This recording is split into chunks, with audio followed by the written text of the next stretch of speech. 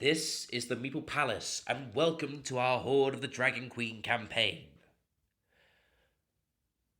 Welcome to the world of Faerun, a place of spell-slinging and sword-wielding adventurers out to save the world one session at a time.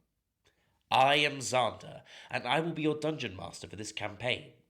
With me tonight we have Will from Basis of Operations, who plays the mighty dragonborn fighter Rogar. Kitten, also known as Super Sundry Girl, playing the wily and sneaky dwarf rogue / wizard Vistra. Our old buddy Nate, playing the audacious and brash human bard Weird Hal. Kellum, playing the unstoppable abomination-smashing human war cleric Pedrick. Point, playing the light-footed and fleet halfling rogue Tack. And Snowy, playing the keen-eyed and keen-blade Aarakocra fighter Otar. We thank you for joining us as we tell this tale. Pull up a chair and experience it all with us as we roll on to glory.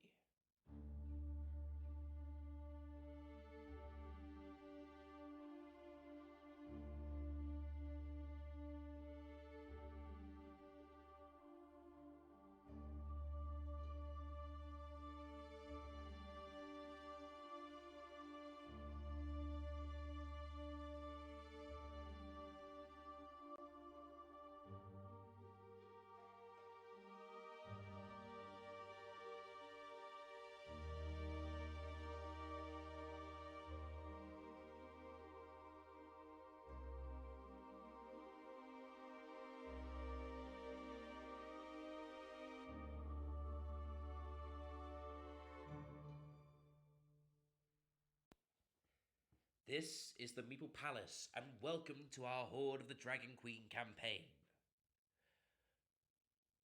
Welcome to the world of Faerun, a place of spell-slinging and sword-wielding adventurers out to save the world one session at a time. I am Xander, and I will be your dungeon master for this campaign. With me tonight we have Will from Basis of Operations, who plays the mighty dragonborn fighter Rogar. Kitten, also known as Super Sundry Girl, playing the wily and sneaky dwarf rogue / wizard Vistra. Our old buddy Nate, playing the audacious and brash human bard Weird Hal. Kellum, playing the unstoppable abomination-smashing human war cleric Pedrick. Point, playing the light-footed and fleet halfling rogue Tack. And Snowy, playing the keen-eyed and keen-blade Aarakocra fighter Otar. We thank you for joining us as we tell this tale. Pull up a chair and experience it all with us as we roll on to glory.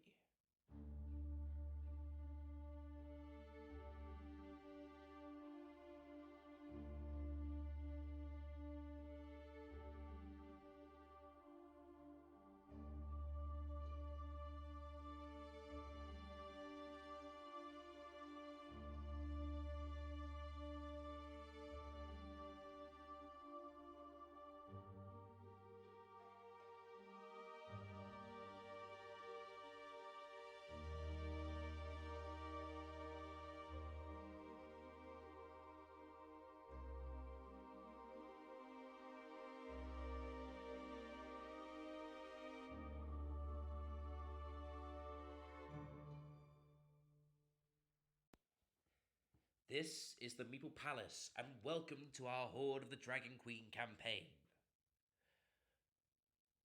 Welcome to the world of Faerun, a place of spell-slinging and sword-wielding adventurers out to save the world one session at a time. I am Xander, and I will be your dungeon master for this campaign. With me tonight we have Will from Basis of Operations, who plays the mighty dragonborn fighter Rogar. Kitten, also known as Super Sundry Girl, playing the wily and sneaky dwarf rogue / wizard Vistra. Our old buddy Nate, playing the audacious and brash human bard Weird Hal. Kellum, playing the unstoppable abomination-smashing human war cleric Pedrick. Point, playing the light-footed and fleet halfling rogue Tack. And Snowy, playing the keen-eyed and keen-blade Aarakocra fighter Otar. We thank you for joining us as we tell this tale. Pull up a chair and experience it all with us as we roll on to glory.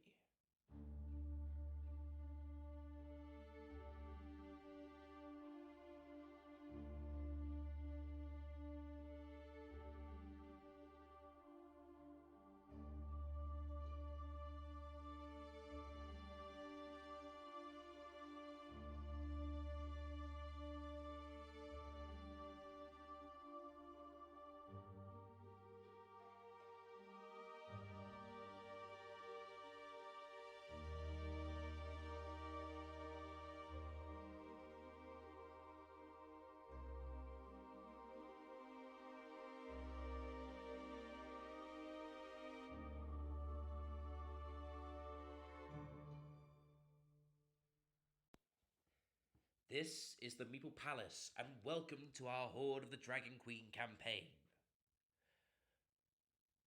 Welcome to the world of Faerun, a place of spell-slinging and sword-wielding adventurers out to save the world one session at a time. I am Xander, and I will be your dungeon master for this campaign. With me tonight we have Will from Basis of Operations, who plays the mighty dragonborn fighter Rogar. Kitten, also known as Super Sundry Girl, playing the wily and sneaky dwarf rogue / wizard Vistra. Our old buddy Nate, playing the audacious and brash human bard Weird Hal. Kellum, playing the unstoppable abomination-smashing human war cleric Pedrick. Point, playing the light-footed and fleet halfling rogue Tack. And Snowy, playing the keen-eyed and keen-blade Aarakocra fighter Otar. We thank you for joining us as we tell this tale. Pull up a chair and experience it all with us as we roll on to glory.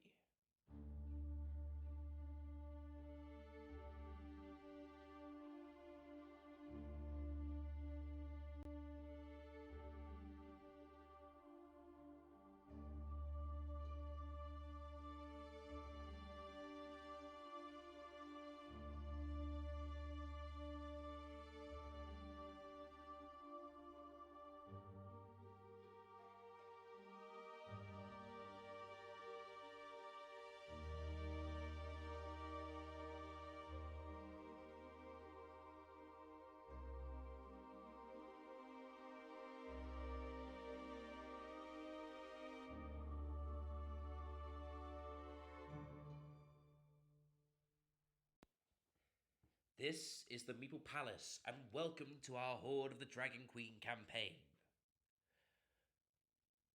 Welcome to the world of Faerun, a place of spell-slinging and sword-wielding adventurers out to save the world one session at a time. I am Xander, and I will be your dungeon master for this campaign. With me tonight we have Will from Basis of Operations, who plays the mighty dragonborn fighter Rogar. Kitten, also known as Super Sundry Girl, playing the wily and sneaky dwarf rogue / wizard Vistra. Our old buddy Nate, playing the audacious and brash human bard Weird Hal.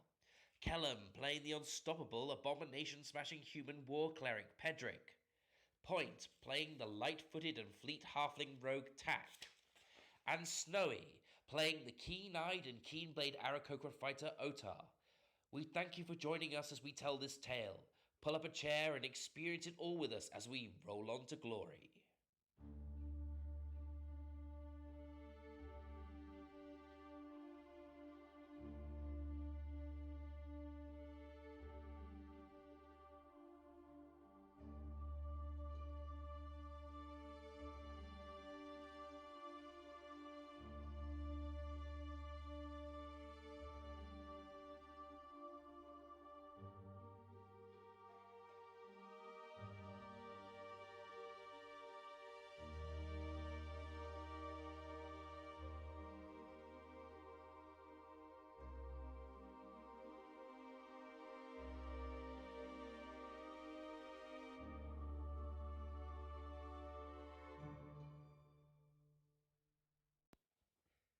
This is the Meeple Palace, and welcome to our Horde of the Dragon Queen campaign.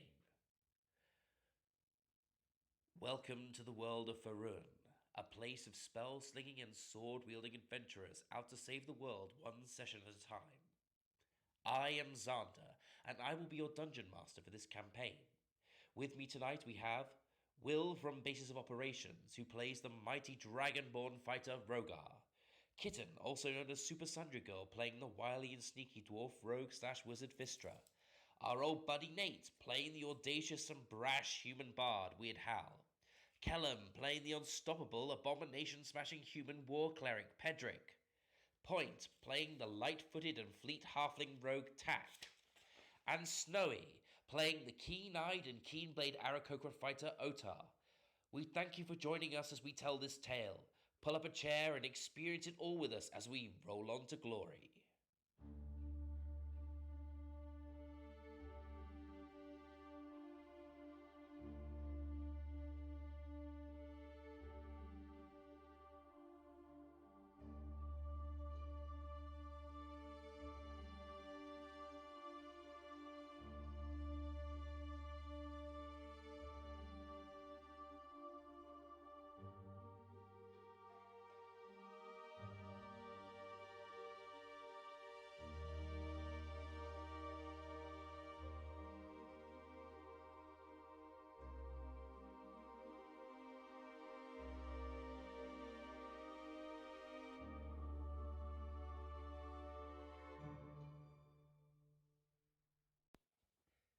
This is the Meeple Palace, and welcome to our Horde of the Dragon Queen campaign. Welcome to the world of Faerun, a place of spell-slinging and sword-wielding adventure. Hello, and welcome to our Horde of the Dragon Queen game.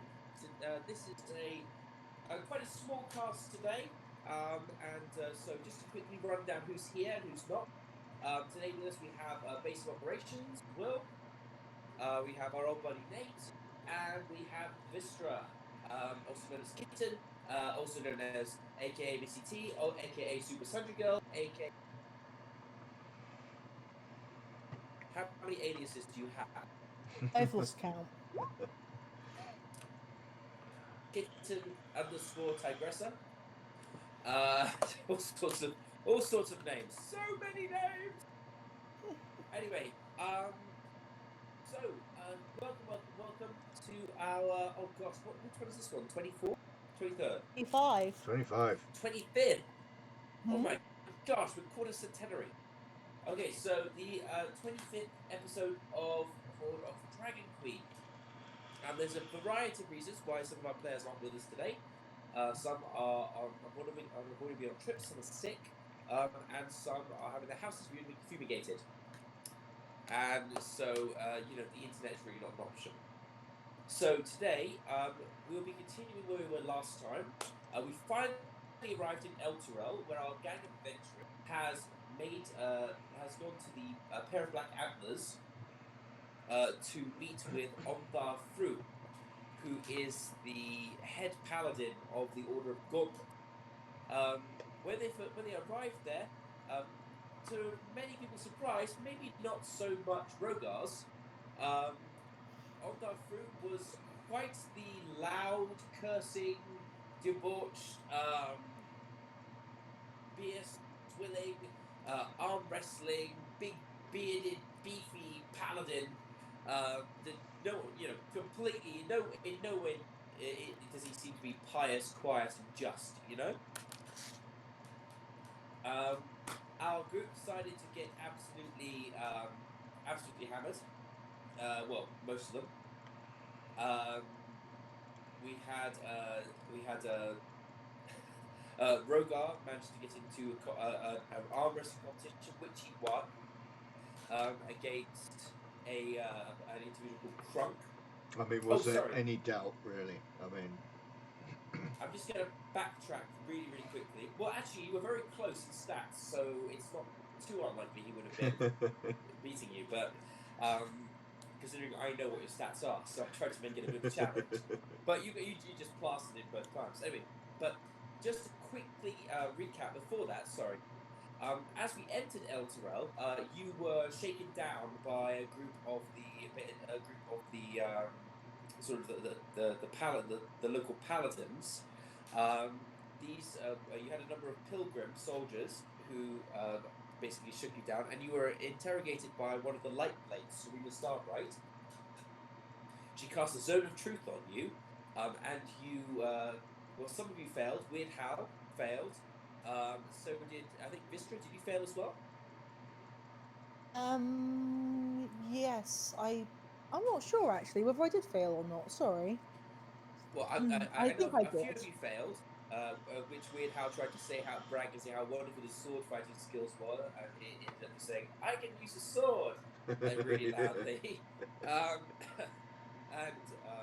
Anyway, so she informed you about some of the rules of living in the city of Elturel. What's expected of you. They don't allow the undead. They don't like anybody who messes with evil powers. You informed her about the horde, the cult of the dragon, which is trying to raise the demonic five-headed dragon Tiamat, and she was very interested in that. She did say that it would be something you should probably take to her superiors at the main temple of Elturel, and that you would also that if you were in need of any work, that she has an issue that needs to be dealt with as sensitively as possible. She said that this is something she needs you to deal with. Willing, because the light blades are actually quite a small exclusive unit of paladins, and they don't have the resource to be dealing with this particular issue, as there are other demands on their times, normally from those who have larger pocketbooks than others. You learned a few things about Elturel as well. You learned that the local guard, the guard of the Elturel theocracy, the Elturel theocracy. That there are a number of ranks. You have the pilgrim, the supplicant, which is kind of like a sergeant, and the light blades, which are sort of a Templar order of very, very powerful and very, very influential holy warriors. Sorry, so that was just backtracking to clarify that. Wrathbringer almost caught the attention of some of the guards, but obviously the pilgrim was a little bit inexperienced because he didn't notice the terrifying aura coming off. And yes, and so where I left you last time, Vistra was currently sleeping away from you guys. You guys are sleeping by antlers, whereas I believe Vistra, you found another little inn run by a gnomish woman. You went into this inn. You ended up stealing from one of the poor old ladies living in the inn. Stole a silver teaspoon set. And then you were sleeping in one of the beds. When suddenly you noticed in your reflection that there was a flash of red eyes. You could see the ivory of fangs and sort of a flash of pink, and then the individual disappeared into the shadows. I believe I think it was Pedrick who also saw that as well. Pedrick was the only one who, with his two eyes now, managed to see what was happening. Okay, so this is where we leave us. This is where we start today's session. You've had a long rest. None of you would drank too much, so you gained a little of exhaustion. So you're all reset anyway. You don't have a hangover. It's just the three of us against the world today? Yeah. Looks like it. Oh, don't forget Copernicus. He's there. Oh yeah. Kobolds. Oh yeah, right. Okay. That's good. I mean, unfortunately, as you get there, sorry, blow my nose. I've got a bit of a cold. As you sort of as you all wake up in your respective rooms, Vistra in your sort of dwarf-sized room, which was very very comforting to you last night after you robbed the poor old lady blind. And everyone else, sort of Rogar, face down at the table when you wake up. Yeah. You just nodded off during the celebration. You're just tired from your trip. Nate, I don't know. We didn't decide where we and Hal ended up. I'm going to say in a water barrel outside, but not in any distress. You tottered over there, found something, and ended up sort of like sliding into it to sleep. You weren't exactly drunk, but I think you were tipsy by the end of the last session. So I'm going to say it sounds very weird, Hallish, to be found in a water barrel somewhere. It's not full of rain. It's dry. It's just a dry barrel at the moment, but it's obviously the barrel outside to collect water and gutter rain. Well, I mean, I've always been more fun than barrel full of monkeys. Just two more things. As you sort of wake up, there doesn't seem to be very many people around. But should we say, Rogar, you're the first one down. You end up the first one actually into, because you're already like in the center of the room anyway. As you sort of wake up, blearily eyed, looking around, sort of just trying to sort of place where you are. I'm looking for the nearest fry up that I can find. Yeah, you're looking for the nearest greasy spoon. Really, you got to go to Underdark Ways? Yeah. For a bacon under. Yeah. Bacon under. I like it. A bacon under? Can I have two of those? Yeah. A bacon. It was either that or a bacon sub, but that's not really gonna work, is it? So as you sort of wake up, you'll feel the hunger, your belly's rumbling. it's almost like a small. Someone's casting a small, a small like what's that spell? A thunderclap Yeah. in your stomach. And you're looking around for like, the nearest food to satisfy that. You notice there's a young, one of the young maids who was here last night is sort of cleaning up. There's sick on the floor. Oh, There's nice. there's tankards everywhere. Kronk is face down in the corner in a pile of hay. Omdar's room is nowhere to be seen. He's probably upstairs sleeping in his stately quarters. You know Omdar's room. That wouldn't have put him down. And you notice one of the main, and she hurries over to you and says, "Is your name Master Rogar?" Yeah, it is. Yes. All right. Well, I have a message for you from the big shiny man. What's his name? He's always gone on about abominations. Ah, yes. Yes. Yeah. Well, Hedrick. he and the short fellow. Yeah. He and the short fellow, the twitchy. He's a bit sneaky looking. Smells a bit like a goblin. About this big, no shoes.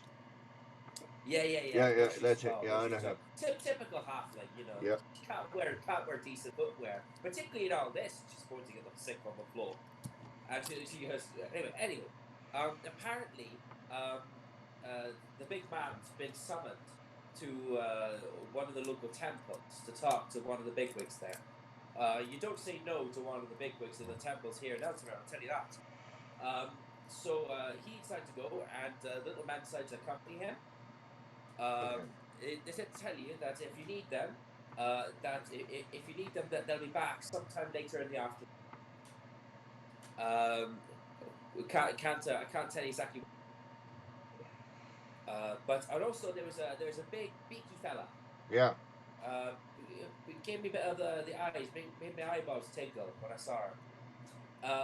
He sort of started going on about sort of looking for some way to repay the kindness and sort of tottered off as well. He was a bit out of it as well. He was drinking out of rice wine last night. Anyway, I don't know where he went, but I would assume he's probably somewhere in some alleyway. If not, then I'm sure he'll find a way to get in contact. But anyway, so yeah, they. Well, on that room, Excuse me, do you have a cold? No, I'm just talking with a really weird Irish accent. Anyway, I'm thinking Father Ted, So anyway, a bit of a sniffles, really, a bit of the old sniffles. Anyway, so on the room, he tips really well, and he's a good old. He's a bit of a lech, a bit of a drunkard, but he's a. So I just want to let you know, what, right? Anyway, I've got to get back to work. Look at this mess. Look at. Is that a shoe? Is that a shoe in the ceiling?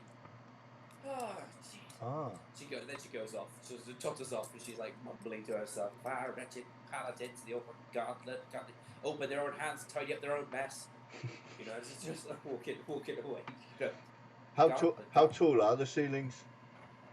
We're talking. I mean, you're 7 foot, and the ceiling pretty much towers above you. So we're probably talking.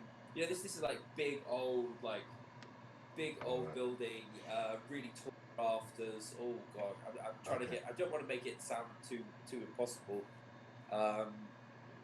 There's about 20 foot or so up in the air. Yeah, probably around about that. Yeah. So someone. I can't just reach up and grab it for her then. You get the feeling someone was trying to toss their shoe over something and it got stuck. I'll be on the lookout for one shoed man later on today.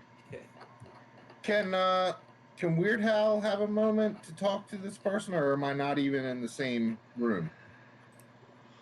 Okay, so sorry, I'm just going to quickly pause here. We actually have some music to add to our thing today, so I'm going to put that on the background.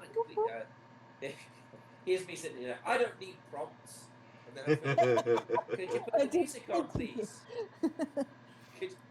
Would you mind, darling, put the music on, please? There we go. How's that? this is where we are today anyway. Oh, sorry, I'm making sure that's on loop. Yep. Okay, cool. So yeah, you can call her back if you want. So because she's just sort of like she's picking up bits and pieces, bits of broken mug, and trying to avoid the sort of wet patches. Maybe giving one of the paladins a good ding on the back of his head and slap as she walks by, just the helmet ringing as she does so. She's just wandering around cleaning up. So she's got sort of like that's what she's doing right now. So you can call her back over if you want. It's up to you. Hello? Hal, did you want to talk to her? Oh, that was for me? I didn't even realize I was heard. Sorry, I was trying to reply to you. Just had to put the music on. Yep. So yeah, you can call her over. I just want to try. I just want to try and ask her if I can ask about that paladin I saw last night with the hockey teeth. I want to ask her some questions. We're gonna be here a long time. Okay, so you can call her over. You do. It's up to you. You got to call her over if you want to call her over. All right. So Weird Hal is just going to kind of, Oh, excuse me, miss. I have a question real quickly. Did you see that paladin last night who was here? I mistook her for a wait. No, I know, but she had like air conditioned teeth, and she was like a dwarf, female dwarf. Golly, that's about the best I can do as far as the description goes. Sorry, it's my tuberculosis. Right to be on lines to speak, yeah. Anyway.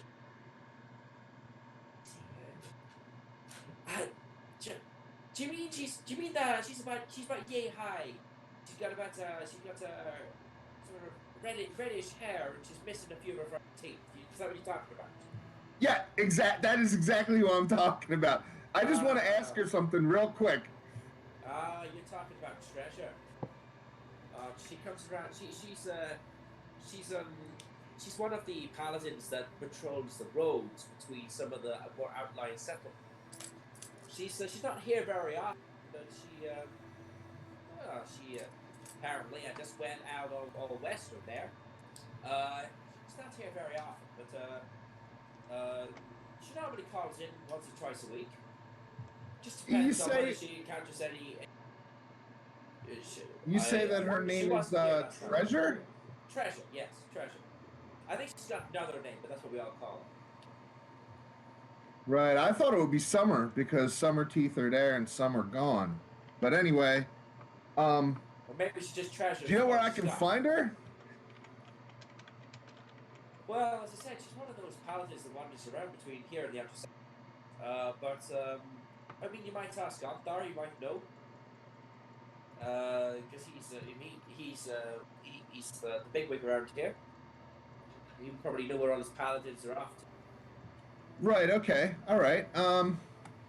Okay, thanks for your time. I'd like... All I know is that she got to a fighting crowd over there last night.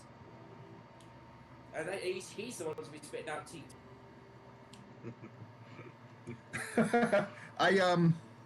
I'd like to thank her and pass her a silver coin in thanks for her help and then move on with my life. So, one silver? She looks at it a bit suspiciously. She sort of bites it and she goes, sorry, can't be too careful. Some of these paladins, you wouldn't think taking vows of truth and honor and justice, would you? That was some of the stuff that they try to pull on me. So she looks at you, looks appreciatively. She says, I'll tell you what. When treasure comes in, I'll tell you you're looking for. What can I? Whose name can I say? Did you go by? Oh, my name is Weird Hal. She'll definitely recognize me. Weird Hal. I'm playing the flute. Oh yes, you're at the bar. Weird Hal, wait a minute. She's sort of like, just stay right here. And she sort of settles off for a minute. You kind of hear it. Yeah, yes, the Weird Hal, the guy dropped his pants halfway through the evening. Yeah. Yes, the what? Did he leave it for him? Oh, okay. And she comes back. She comes back in. She goes, we don't get many packages around here, but the big, tall, gangly elf guy, he came in and he said that I was to give this to Weird Hal. He was sitting, but he couldn't find you last night, so she gives you a big package. Okay, and she says, "What's in it, if you don't mind me asking?" Oh, I'm a member of the Human Head of the Month Club. Can I? He's eating near. Is he near me right now? Realize that you're in a paladin slayer, yes. I'm just kidding. It's a hat. It's a hat. It's a hat. All right. Can Rogar hear this conversation? Yes. Rogar's going to chime up. He's going to shout over. It's his Knickers monthly subscription. Nick. Dirty boy. And she gives you like a dirty look. It's just a hat. Dirty man.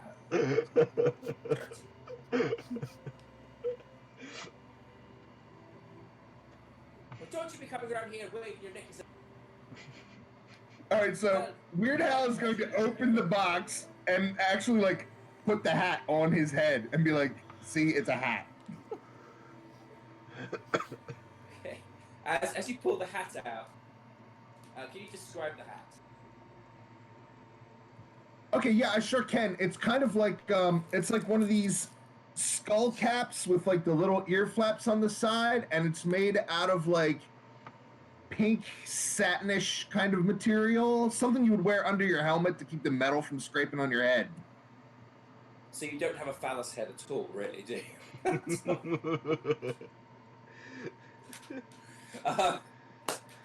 She's looking at it. She goes, "That's a right fallacy, lad." So, all right. So are you putting it on? Yeah, it's got like it's got like that one little point back here, and then it's kind of comes like this, and then down the side, around the back. So she stops for a moment. Can you roll a perception check or an insight check? You can choose. Just going to flat out it. All right. Can you just roll a perception or insight, whatever's best? Sight. Let me look here. Insight's intelligence based, and wisdom is and perception is wisdom based. All right. She looks at you and she goes, "That really suits you. You better be wearing that all the time now." And you can kind of see that she's being sarcastic, just a little bit.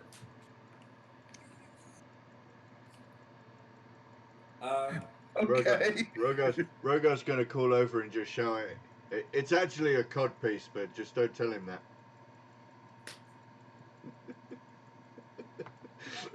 But we're an hour in, we're talking about headgear.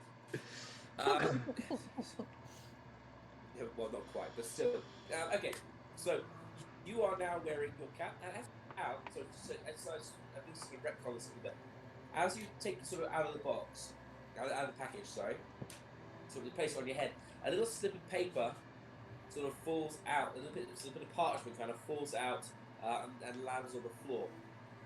As you look at it, you can see that there's like a number of different colours, and there's like a number of different colours with little boxes next to them. The names of colours, little boxes next to them, almost like tick boxes. It also has like underneath that, there's like a section labelled 2, and it has like the names of different articles of clothing with like a tick box next to each one, and then underneath it in section 3 it says description. And there's a little empty box there for you to write in. If you turn it over on the back, it says instant magical messaging service. Get your order to us today. The Guild of Merchants and Seamstresses. VIP member only.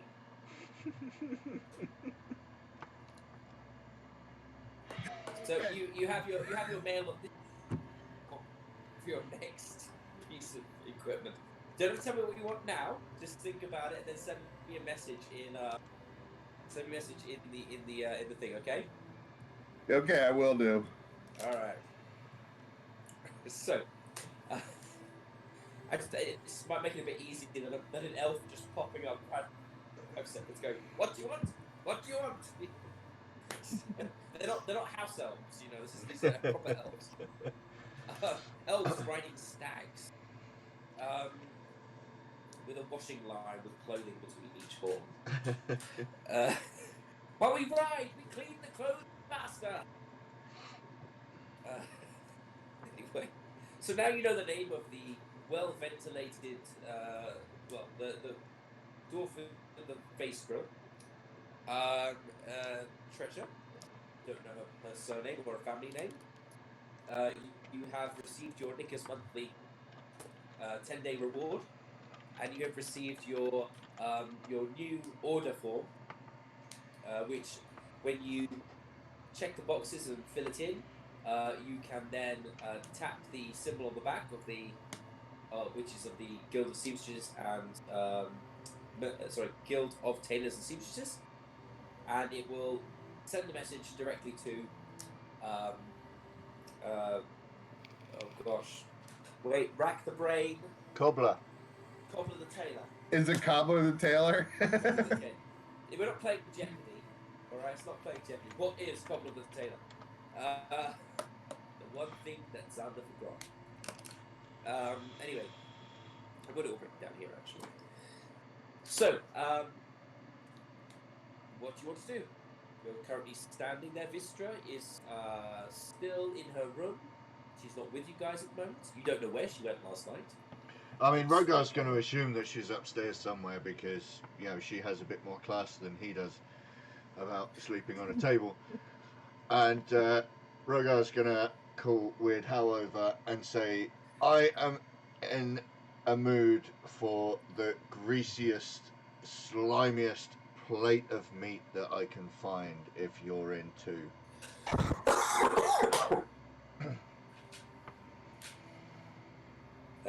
Who said Yeah, I think we should go get some meat. Yeah, for sure. I'm down with some meat. Let's meat it up.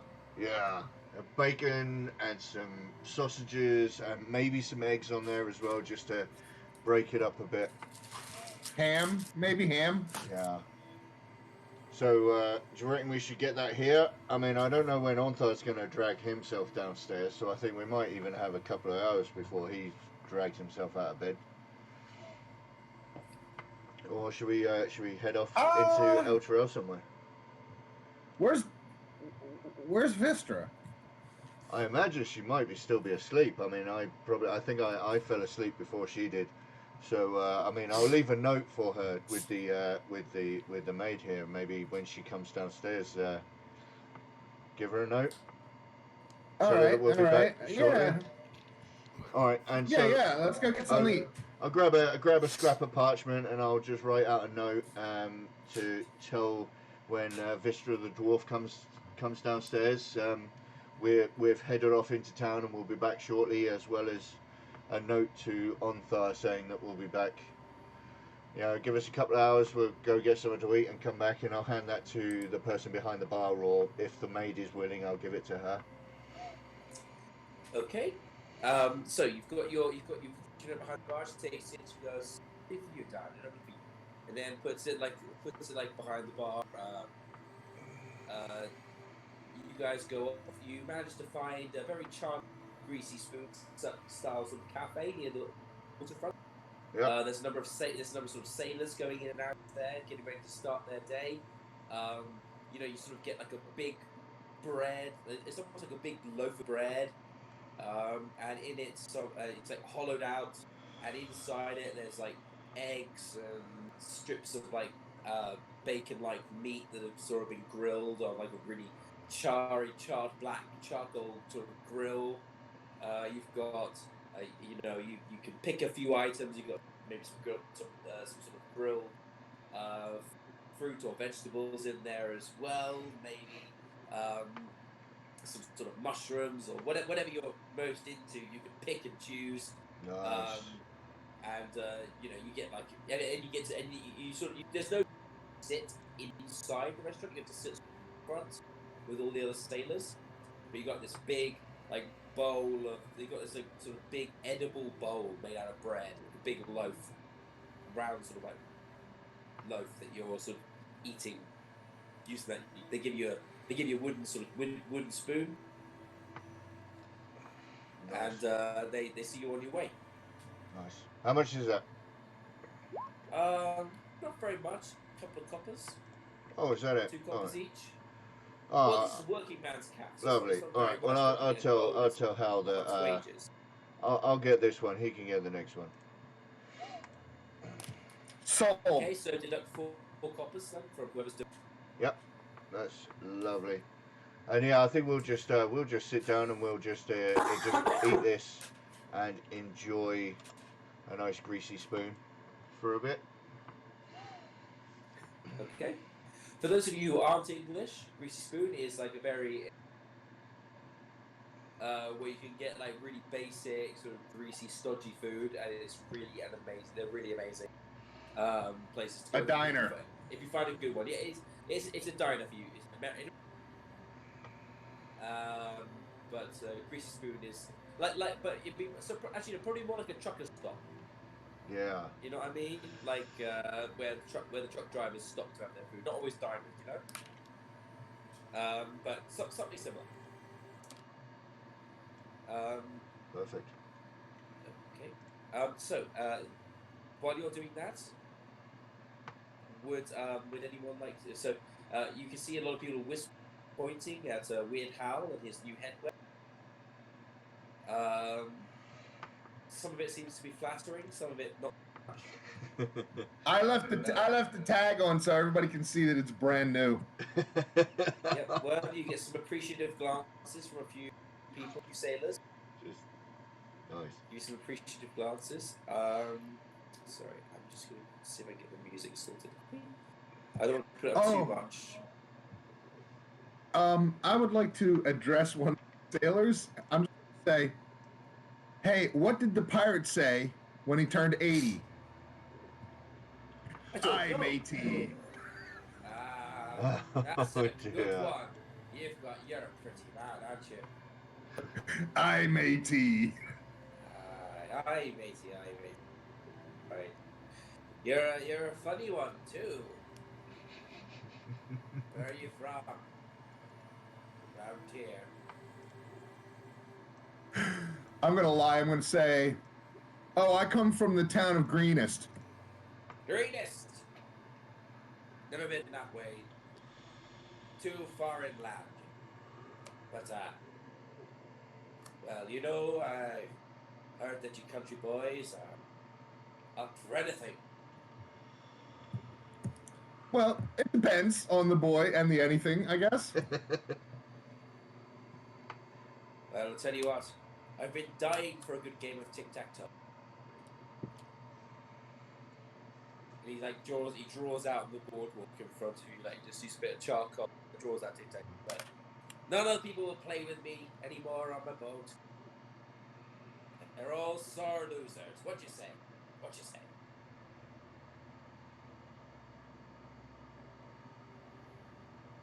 Will you play a game of tic-tac-toe with an sailor? I will say, best out of 3, loser goes first. Okay, you play tic-tac-toe. He beats you every single time. He goes, yes. Well, you see, I'm quite the dominating one in this game. We're gonna. Well, now that we've had our fun, shall we go have sex?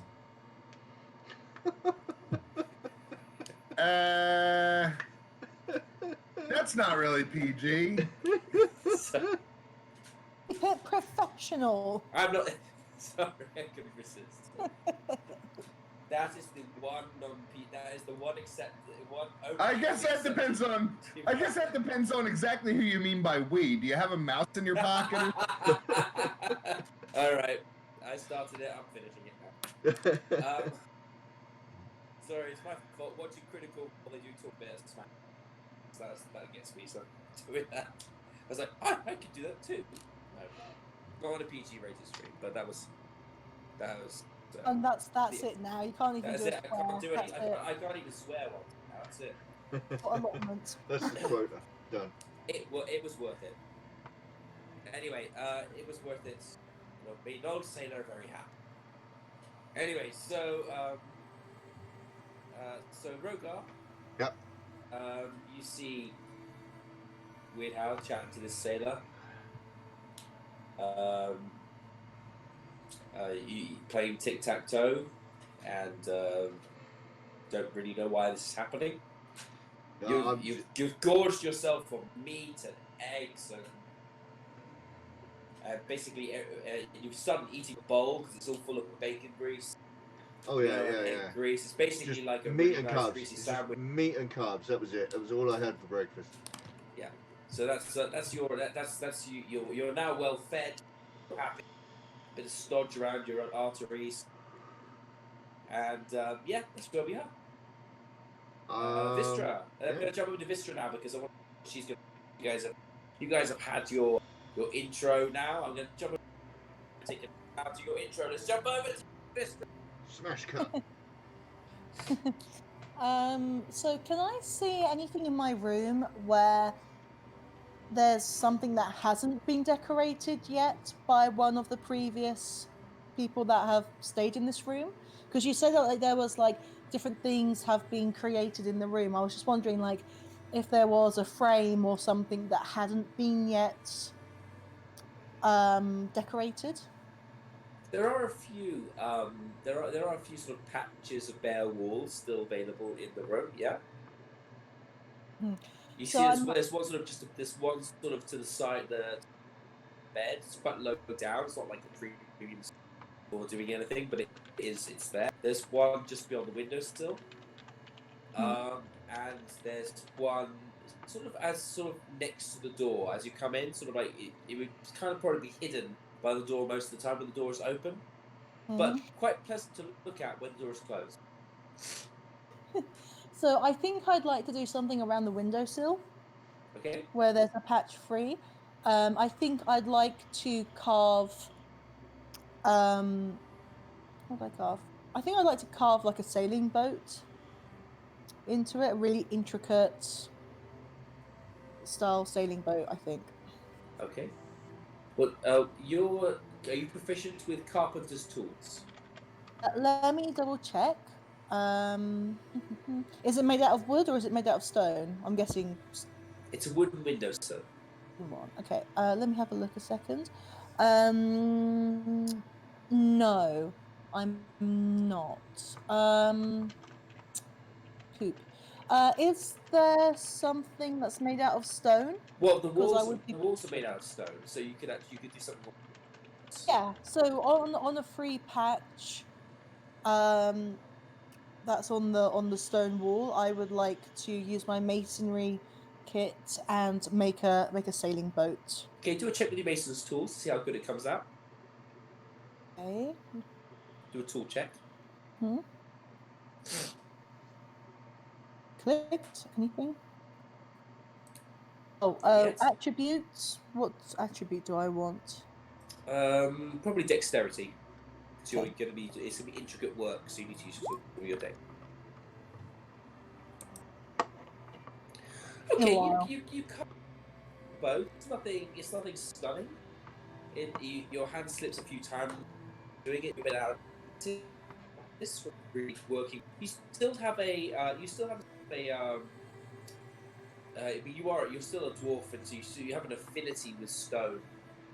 So even this boat looks more detailed and more realistic than you would see from maybe a human carver of the same level, a human mason of the same level. So it's quite a nice piece of work. It's just, I mean, you look at it and you can you can see where you've missed something, or where you haven't Yeah. you haven't properly sort of dug the sort of like chipped away the lines into the wall. You're your own worst critic. Exactly. Anyone else coming in would think, oh, it's a cute little boat. You're sitting there going, Better, could be but better. does not have the level of skill I used to exhibit. Okay, so yes, you carve yourself a little boat into there. Lovely. Lovely. Okay, and then Excuse me, cold. I will probably just sit. Oh wait, I get breakfast. Yes. Okay, so Vishal will go downstairs to get the breakfast that's included. So as you go down, you sort of like hear like and when I woke up, they were all gone. Don't worry. It's probably been left somewhere around the inn. We'll have a look for it later. The bridge club will all help. You know they'll all chip in. Oh, Gladys, it's not fair. I was looking to have a nice tea this morning. They've all just vanished into thin air. Vishal sort of. You better hope Rogar doesn't find out that those spoons are missing, otherwise we'll have another 25 episodes of Rogar hunting down the missing silverware.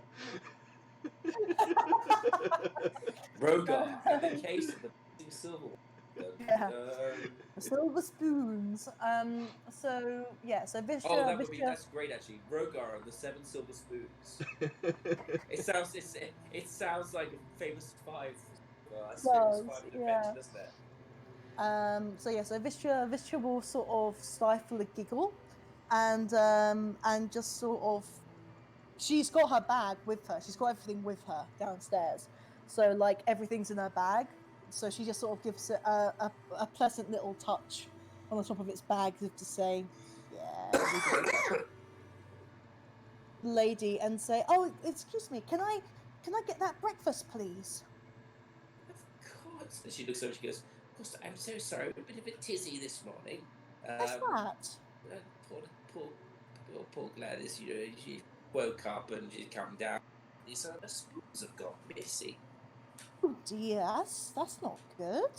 Is she a little? Is she standing there? There's the lady that has lost them. She's standing there. She's sort of. How old is she? She's old.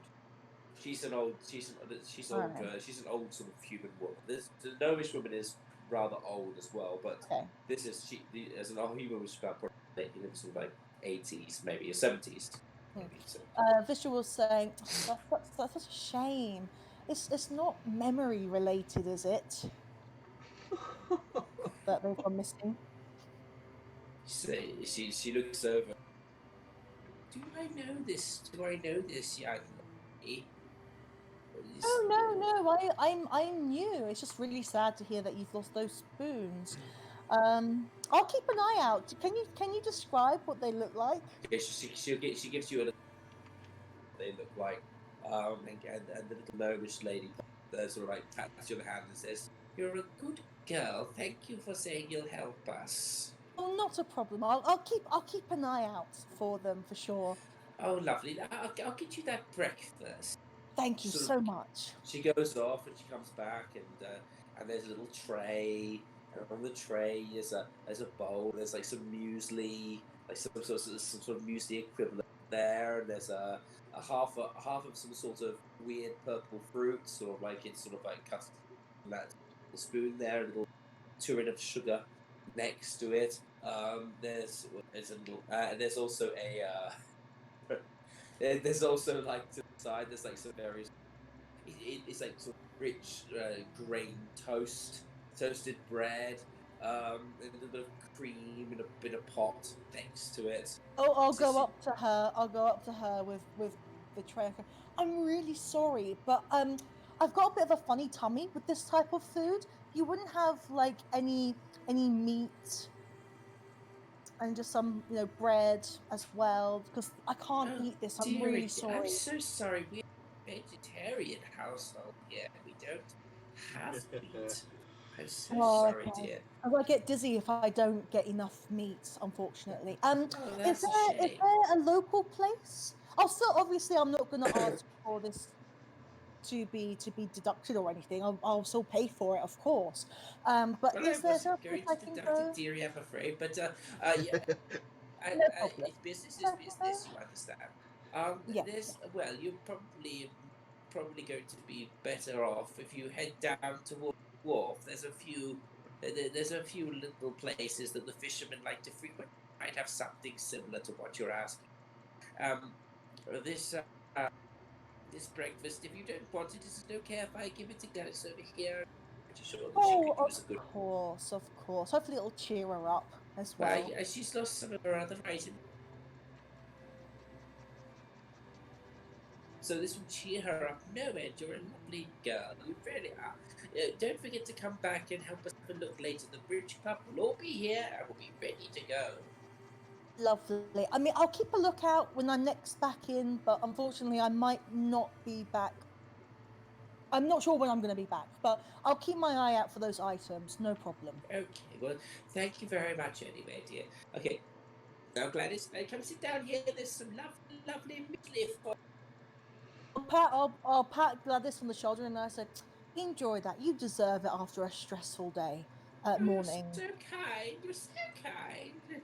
And then I'll make my leave. My Reginald gave me those spoons when I last met Oh, 72 years ago. We were that's only lovely. young nippers. And then he Yeah. told me over those 7 spoons when we sat there at a candlelight dinner on our 20th date. She said, will you Lay it marry on me? thick. I swear Lay it upon on these thick. 7 silver spoons that I I, shall be one for every day, this one for every year that I've loved you. Um, oh, oh my God, that is so beautiful.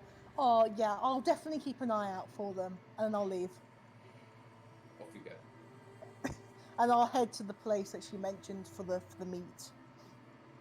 Plus And then as one I'm walking, I'm laughs gonna, me to and I'm just gonna like tisk on my way there, sodding grains, like no meat. Oh my God, like I'm thinking this, and I'm like in a really annoyed mood. I'm walking away. Yeah, and as you're walking down towards, it takes about 5 minutes to get to the where you are. But you're down there, you can easily see Rogar's shape, just sort of hunched over, sort of licking the inside of this big sort of bowl made out of bread and chomping down on it to sort of, and just it's slowly disappearing into his I imagine he's currently with this kind of food. He's currently looking like an oversized kobold. Yeah, that's something actually. Where is Copernicus? You left him behind, didn't you? Again. The last time, to be fair, last time Rogar knew, he was with Pedrick. Yeah. So I'll go in and I can see them. Are they sitting in a quiet spot or is it really busy where they're sitting? There's a couple of sailors around. Yeah, so I'll go in and order some, proper nice meat, and whatever I can see they're meeting as well, I'll probably have it too. Yeah, so you get again, but you get like a big sort of bowl made out of bread, and there's sort of like a smoked meat in there, something like bacon, similar to bacon, smoked meat, and there's eggs and some sort of toasted and sort of like deep fried fruit and sort of like all some spices and most you think it's spices. It might just be bits of black off the grill, but And That's like the best bit. black crunchy bits as they're called, BCBs. Hmm. So yeah, you get it. You saunter over to where Rogar and Weird Hal are sitting. You see something very odd on Weird Hal's head. No, As you I'm not walk even down going to there, mention it. I'm not even surprised at this point. I'm just going to. it kind of looks even worse because it's been sticking out from underneath it. Yeah, so Vistra sits down with them and just starts eating. She's not even going to speak yet. She's just hungry. Weird Hal, when he sees Vistra come and sit down to eat, he's going to say, Oh, you see that guy over there with the charcoal? He was asking about you. I think he wanted to talk to you about something. She was just gonna sort of slink into the chair a little bit and like, no, not gonna deal with that. Well, he can come over and speak to me if he wants me. No, I'm not going over there. I'm hungry. Rogar's going to look over, mouth full of bread and stuff. He's just going to look over to Vistra. He's going to say, "You seem to be, you seem to be particularly distant with a lot of us. Is there something wrong with Vistra?" I'm. It's hard to say. Look, if you see those paladins, can you promise me something? I say this to both Weird Hal and Rogar. Can you promise me something? I don't make a habit of promising anything before I hear what I'm promising. Indeed. Well, I don't want anything to do with those paladins at all. And I know they want to use me to get to someone, but I want to get to them first. Basically, I've got some unfinished business now, and I want them to myself. Basically, so look, if you see these paladins, can you just say I've disappeared or something? I just tell them I've left. I've left, if needs be. Well, I mean, my business with the Paladins is purely about the cult. So, I mean, that's but what the I'm paladins seeing are them not. about. Yeah, but the paladins are not just that for me, unfortunately. Well, I'm sure your business is your own. It is, I'm afraid. But yeah, please say that I'm somewhere else. I'm not here anymore. I I may be going off a little bit because I need to find some information. Where are you guys going to be later so I can come back and join you? Well, we have to go. We have to go back and see Onthar, and I'm sure he'll have dragged himself out of bed by now. And I looked at my wrist for no reason. Um, and Sundial. yeah, at my sundial, it's cloudy. It didn't work, and the light is always there. Um, and I think we need to go and see the light blades at the gate had some interesting said some interesting things, so I wouldn't mind checking those out. Yeah, I'm not sure if that's something I want to get involved in. I mean, that's my plans I'm for the guessing day. that's right. What about Weird you, Weird how Hal? What are your plans? Weird Hal looks over at Rogar and he kind of cocks his eyebrow and he's like, I think maybe our definitions of interesting might not be in perfect alignment.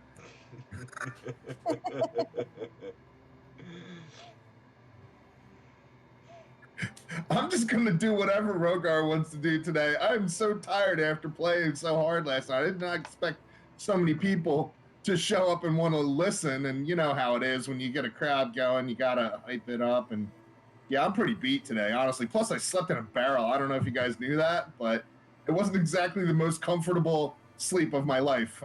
This harsh living is really kind of starting to grate on my nerves a little bit.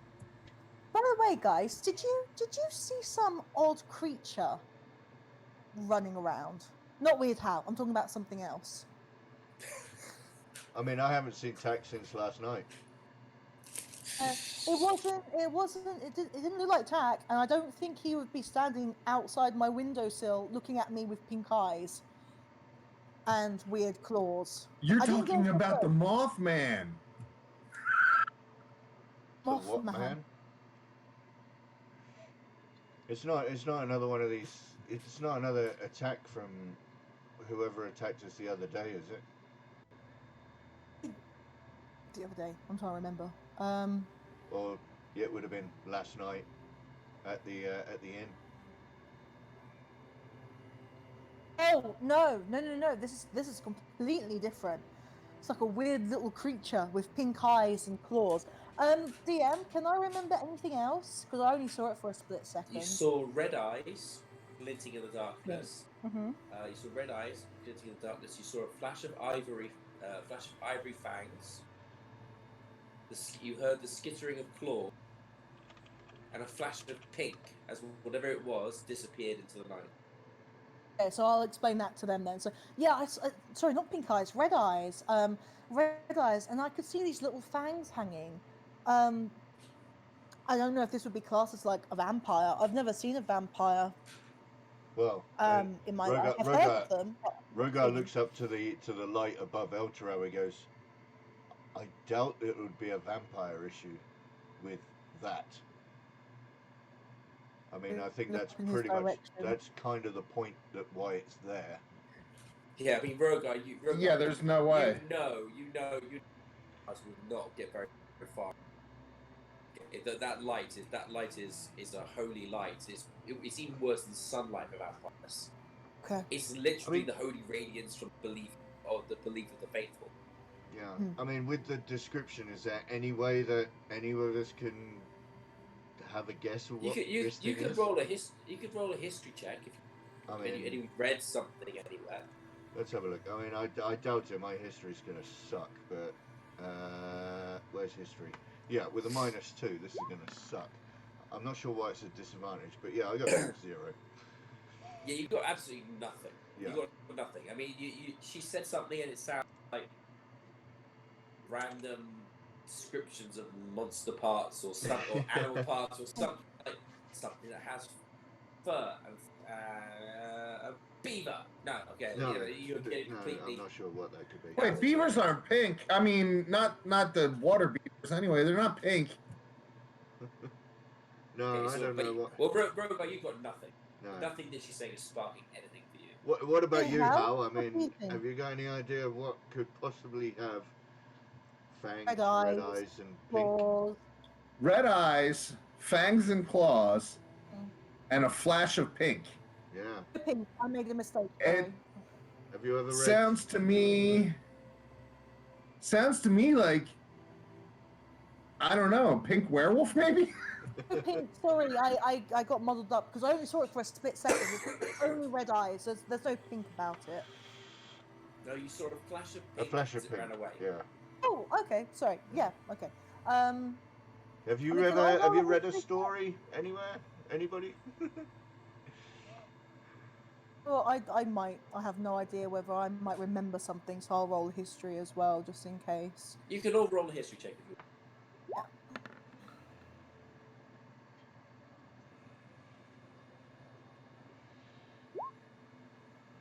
I mean, weird how it vaguely sounds like think about it, but you don't really know anything that.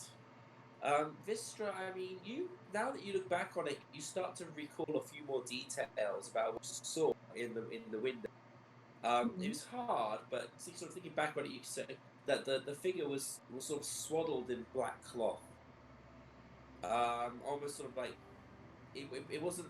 You couldn't see it because of the light of Elton, sort of holy light. I mean, it was hiding in the darkness, but it was using whatever it was. It was using some sort of black cloak to wrap around itself to protect itself or to keep itself looking too obvious in the shadows of the inn's roof.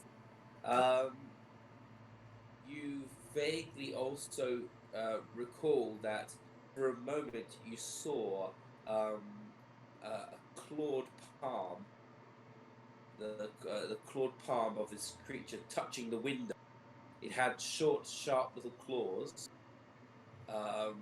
sort of a thin coating of hair all over the hand and arm, and that's all you can remember. How big was it? About Like a kobold I size? can't give you exact. or like- I tell you that you could tell it was 5.5 feet. Alright, and would I have any? Would my race from living in the mountains have heard of these types of creatures, or be able to link it to anything? Not that you can pin it down. No. Okay, so I'll turn to the others and go. I do remember looking back. Now that it seemed to be in like black clothing, about 4.5 feet tall. it put its little clawed, furry hand on the window, and there was like a claw mark in the palm as well. But I have no idea what type of creature it was, but it definitely was there. Like I wasn't like imagining it. Hmm. I was just looking at something that I picked up, and then suddenly there it was outside my window. I think it might be worth something to bring up with. I might ask Gonthar about it actually, and see if this is a problem around town or whether it's something that might be targeting you. I As didn't see you're anything. sort of sitting there, you hear sort of like in the distance,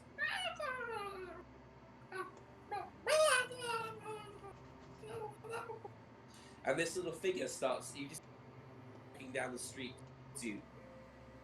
He's waving a stick to kind of push people out of the way as he's sort of walking through this big throng of big humans. You know, he's still wrapped in his Rogar's disguise that he put on him. Obi! Well, yeah. Well, Rogar gave it to him, so he's going to keep wearing it. So he's sort of wrapped in it. He's like, it's sort of like pushing people out of the way. And wandering behind him, there's a guard. He's wearing a very basic guard's uniform with the golden sunburn. You can tell that it's an old uniform that's sort of been made to fit him. He's quite a young man, probably about 17 years old. He's got a spear, and he's wearing a faded blue tabard with a few sort of patches on it. And it's got a faded golden half sunburst on the front. And he's just looking down at this little figure that's sort of waving at the people in front of him, and then sort of like turning around and going, and then turning back. He sort of sees sort of waves in the air. I look And over to I'll Rogar. wave back, and what? Yeah. Look over to Rogar, and I'll be like, "Why wasn't he with you? Why is he over there?" Well, last time I know, he was with Pedrick, and I haven't seen Pedrick all morning. And I'll wave over to Colbernicus. I say, over here. What have you been up to? He comes over, and the little guard as well comes up to you. In draconic little sort of Colbernicus sort of looks at you and he goes, Rogar, great Rogar, I come to be with you. The one-eyed one, who is now the two-eyed one, is gone. He said to come back to you. The temple would not let Colbernicus in. And then I walked the streets and found this lost young one. He is very lost, very dirty, very lost young one. So I bring him with me to make sure that he is not lost anymore. For only Brogar, the great Brogar, will be able to help him. And the old man, excuse me. Is this one yours? We found him wandering the streets outside the temple. He seems to be lost. And he kept saying, Rogar, Rogar, Rogar. I only know a little bit of Draconic, but I seem to figure out he said it had to come this way, and I brought him back. And yeah, I think you could maybe tell us where he's supposed to go.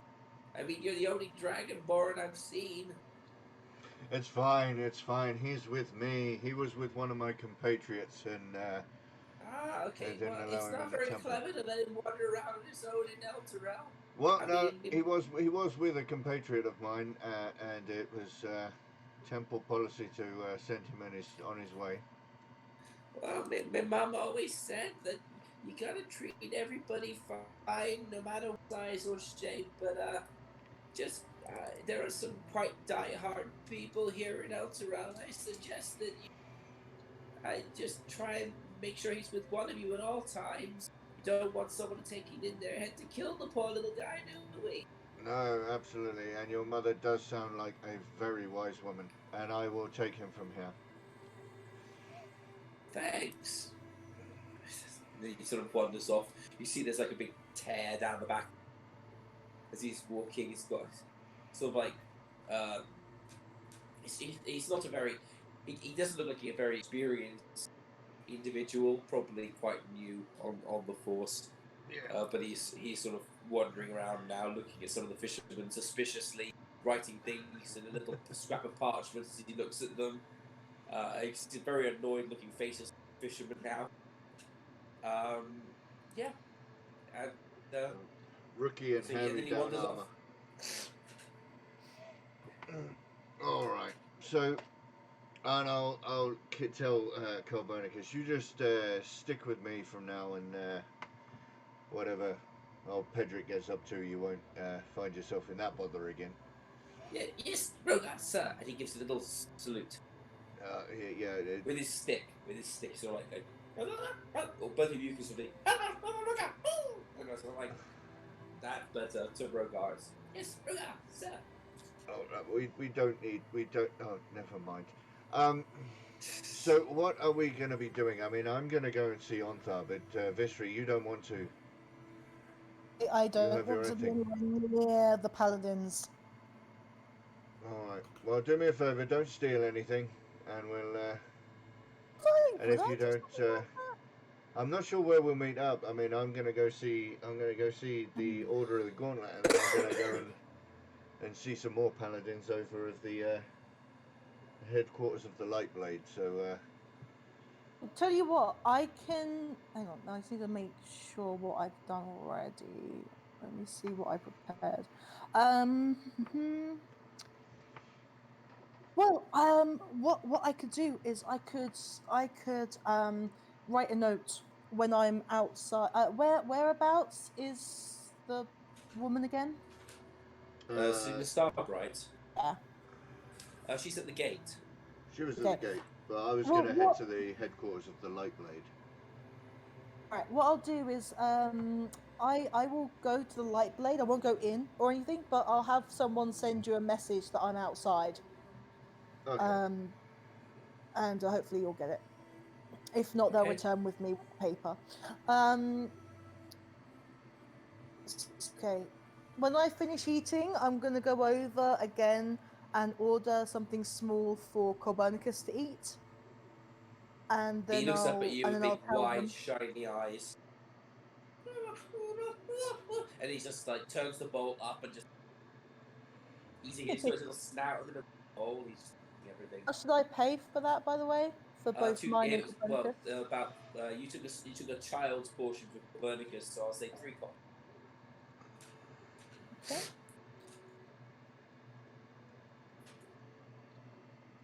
$3 copper for Copernicus, and how much for me? No. Two coppers for you, 1 copper for Copernicus. Oh, okay, all right. So that's sorted then. All right, and I'll just quickly say to them, I'm going to go off and talk to a man about a kobold, and head out. Okie dokie. Yeah, no, I Anybody think else? I think me and Hal, Bye. we've already paid up, and I'll let Copernicus finish his food, and then we'll head back to the 2 Black Antlers and see if Onthar's about. So yeah, as you the back, there's a nice full bellies, just sort of just working off the drink from the night before. As you approach the 2 Black Antlers, you see being thrown out of the door. You see Kronk flying out of the door. And you sort of hear from inside, "I don't come back until you paid." And then just this half orc comes zooming out the door in front of you. And there's, of course, standing in the doorway, bigger than life, bigger than ever, is Onthar, and he's standing there, sort of hands on his hips. He's wearing full armor this time. He's got his big chest plate with a big sort of white painted gauntlet, sort of white embossed gauntlet on the front. It's open gauntlet, so the open palm down on his chest. He's wearing like a long cuirass a big cuirass around his chest. of sort of whitish silver metal. He's got a he's got very beautifully beautifully designed intricate chainmail underneath that. And he's carrying, so you can see on his back, unlike before, he wasn't wearing any weapons yesterday. On his back, he's carrying a large hammer, and he's got a mace at his hip. He also, you can see, he's got a number of scrolls, sort of like attached to the side. It's a little scroll pouch, sort of attached to the side of his other hip, and he's got a holy book that's sort of chained to his waist, sort of like just sort of dangling in this sort of like cradle made of chain, dangling from his waist. You can see on it is the symbol of Torm, and he is standing in the doorway, looking. It doesn't look any worse than where. Completely fine. It sees you both. He sees you boys. He's like. Well, bless my soul, you're back! Come on in, boys, come on in! Then he sort of turns around and stomps back into the bar. And then just before you sort of come in, he pokes his head out. Big beard kind of gets in your faces. Very big, bushy beard. And he sort of his big, flaming red beard. And he sort of turns around, he goes, and he sort of Crocky says, "You heard me! Don't come back without my money!" Turns around and back in. He takes you into there's a table that's been cleared out. There's no rubbish on it. The place is looking pretty good after you left. A lot of the sick has been cleaned up off the floors. A lot of the rubbish has been thrown away. He's sitting in front of this desk now, and he says, "Sit down, boy. Pull up a chair. Let's talk this out." Yeah, and I'll approach the chair. I'll sit down. I'll do the glance over because I recognise some of the armour. I've seen it come through before, and I'll point to a couple of chain links on his chain shirt, and I said, "You've got a couple of links broken there. You might want to go get my dad, have a check of that." He looks down and goes, "My boy, but this is elvish work. And you know those devilish little blighters?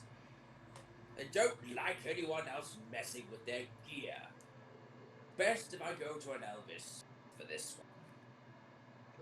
Well, if you don't want the job doing properly, I suppose you do it your way. Couldn't say it better myself. Been looking to replace it at some point anyway, but it's got a useful couple of charm. Fair enough.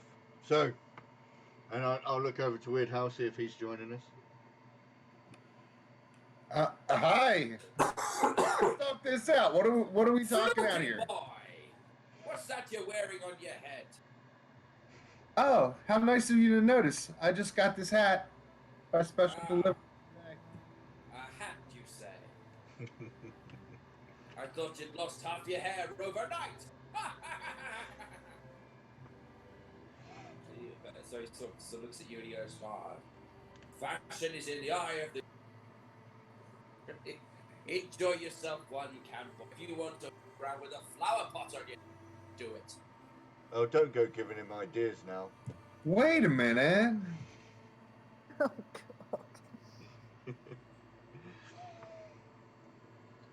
Rogo's going to start going through his bag now. He's going to start picking out all the various bits of paper that we've picked up along our travels while they're having their back and forth.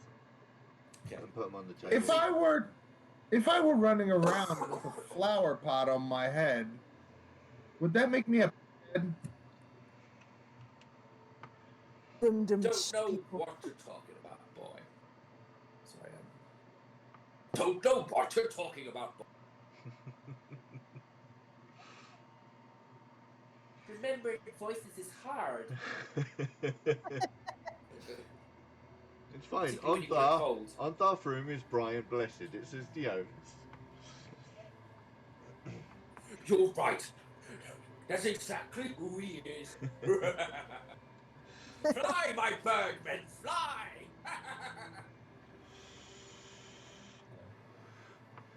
Right, and then yeah, so Rogar's going to start opening out the map. I've forgotten what else we had. Actually, we had I picked up some the orders for the work. You picked up the map and the orders. You picked up a number of sort of items showing collection data from collection of arms and armor from when you were in Glimmerscale. Yeah. As well as a number of what's her name? So many names to remember now. As well as a few of Frula Mondas' personal papers. Yeah, that's it. I've got them here actually. I've got the map of the cultist movements. I've got the note about the freight that they're keeping stock of everything they're moving. I've picked up the odd picked up a scimitar and so on. And with the help of Weird Hal, I suppose we're going to spend the next, however long, recounting the tale of everything that's happened since getting to Glimmerscale, telling him about the cult, telling him about who we know is currently running it, as well as their movements and so on. And however long that takes, we'll just sit there and tell him the whole kit, bang and caboodle. It probably takes a good hour. I'll go back over the details, as much information as possible. I mean, Ondar Froom is not the leader of this order because he's a sort of braggart and a boisterous individual, very good drinker. That's one of the reasons. But it's also because he's got a great tactical mind. Mm-hmm. He's a very good fighter, as you would know, since he trounced you and was teaching you to fight. Yeah. And he's looking at all the information. Every time you say something, he would just pop up with a question. So you might say something like, "We found this note saying that some of the goods had not been left behind," and he'll say, exactly what was left behind. What was left behind? Notes. Any impressions of other jewel prices? He'll ask you for information. And he looks around and he says, "So, or Ajax, eh? Yeah. Completely hoodwinked by the blighters. Yeah. I would have loved to be there to give them a right duffing for daring to mess with my friend and your father." Well, I appreciate the sentiment, but they certainly got a hiding given to them. "I'm sorry for sending you away this time. But I had to get someone down there, you see. Yeah, then it's very difficult for me to move around in this situation. I needed someone who could go in, be completely unknown. But it seems that I put you in danger more than once, my boy, and I'm sorry for that. Not that I don't think you can handle it." No, and I've certainly learnt a few things along the way that I don't think even you could have taught me. But I noticed your hammer. It's got a different sheen to it now. Yeah. As old Ajax finally passed on his secret materials that he tried so hard to keep from my view. Yeah, and I'll pull it out and I'll put the hammer on the table. And I'll go, yeah, this is it's a family secret passed down. Sentient metal. He looks at it, he sort of touches it, raises a hand. What a blessed item this is. I don't know an awful lot about family and its traditions, but I've seen something like this before. About 60 cycles ago, when I was a very young lad. This type of weapon can be quite the challenge for its wielder. Something sentient like this requires that you follow the rules that you set when you first laid this weapon into its shape. Yeah. I know no more than that. the honor of being chosen by such a weapon. But I would suggest to take the cautious at the very beginning until you and it build your. Yeah, I certainly will take my time with it. Even when I finished making it, I had a dream, and it certainly felt different. And it's almost as if my ancestors spoke to me. So it's not something I have. They probably did, dear boy. They probably did. This sort of weapon, it can take imprints of its wielder. No, probably not exactly your ancestors, but something that was left behind. Just be careful until you're more well versed with this weapon. I will certainly take that under advisement. Anyway, so it seems that we've got this horde, this cult. It seems to be something that we need to put a stop to. I can't leave us, but it may take a few days, but and I'll have to call in a favor from a chap who was here a couple of days ago. No, a couple of days ago, I apologize. My mind just moved around. Would that be Leosin by any chance? Oh, you know the pointy-eared devil. We met him at Glimmerscale. No, not Glimmerscale, he came sorry. over here We met him at my skull. Greenest. Yeah, we met him at Greenest. He was one of the prisoners I mentioned. We rescued him from the camp. If that pointy-eared devil was there, it's because he wanted to.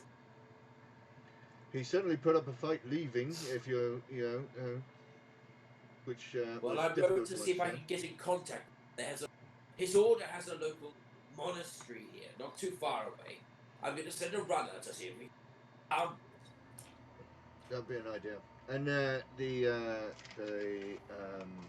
I want your opinion of Lightblade Serena Starbright. Oh, that frigid. She's got a pole shoved so far. I'm not going to go any further. You know where it. Yeah. But she gave us a bit of a shakedown before we came in, as is customary. She said something about me, didn't she? Something disparaging, I guess. She's always trying to tarnish my sterling reputation. Actually, she was very flattering, says Weird Al. Really? Really? Well, I guess that when you have a beard as long and lustrous as mine, you can't help but gather the attention of the ladies. Yes, I think that's what it is. It's the beard. And I see you've gone for the sympathy arrangement with your look. What a plan! Somebody's got to play the sensitive role. Sensitive, in need of guidance, possibly in need of some sort of medication. Either way, it probably will work.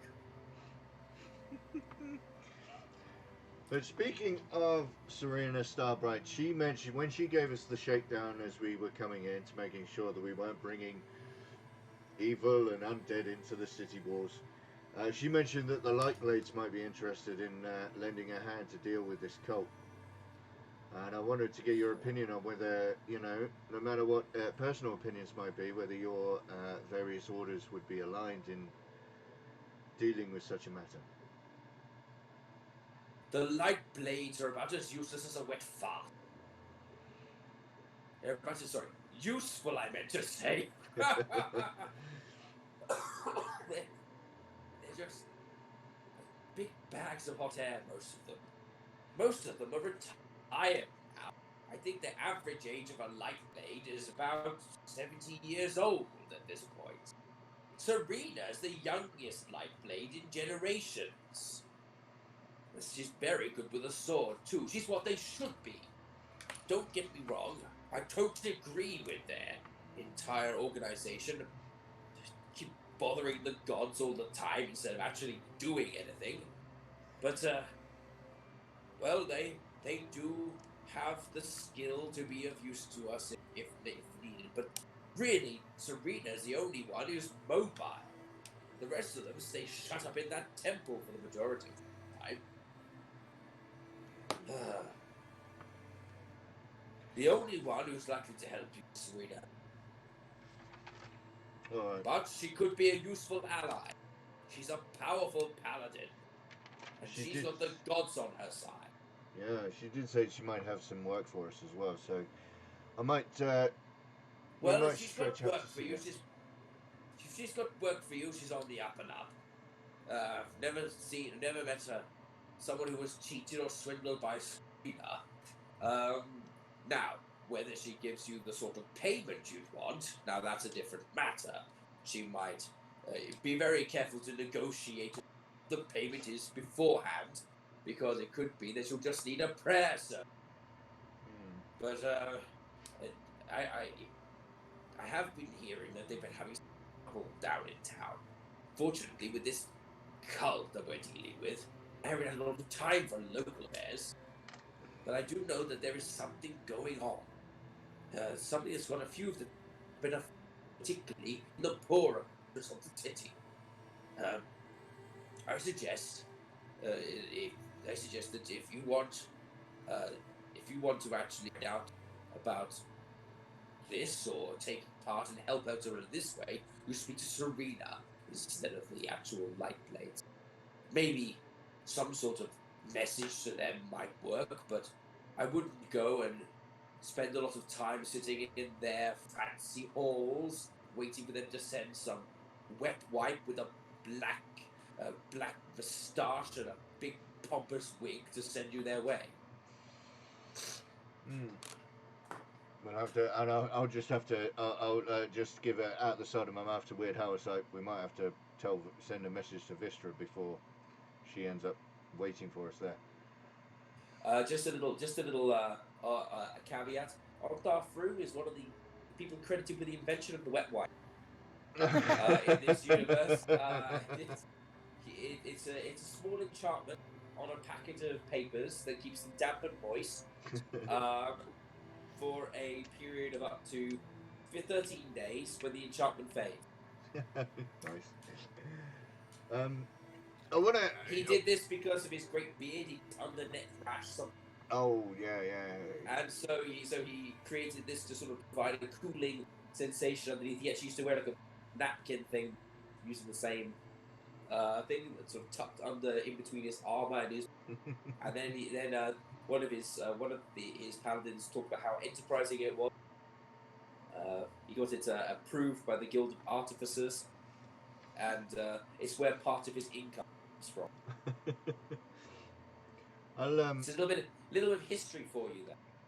I'll look at him and I will. I want to ask him. I say, speaking of local affairs, now, like you said, you've been busy, but one of our friends mentioned seeing a creature in the middle of the night, and I'll describe it exactly as Vistra had described it to me, and I'll ask him. That doesn't sound like anything that's supposed to exist with these rules. Well, that's what I thought, and I thought, I'll point up, even though we're indoors. I would imagine that would solve a lot of, evil. It doesn't. I mean, yes, a vampire can't walk down the streets in the middle of the day or night, but a nice wide-brimmed hat and a cloak, and he could very easily make his way to town. It only affects those who are directly confronted by its light.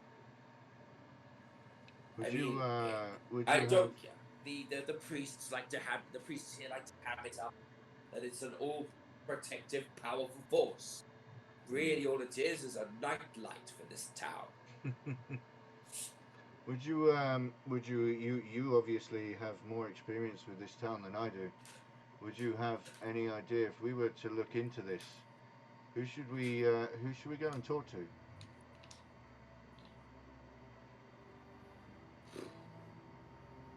Your best bet will probably be Serena.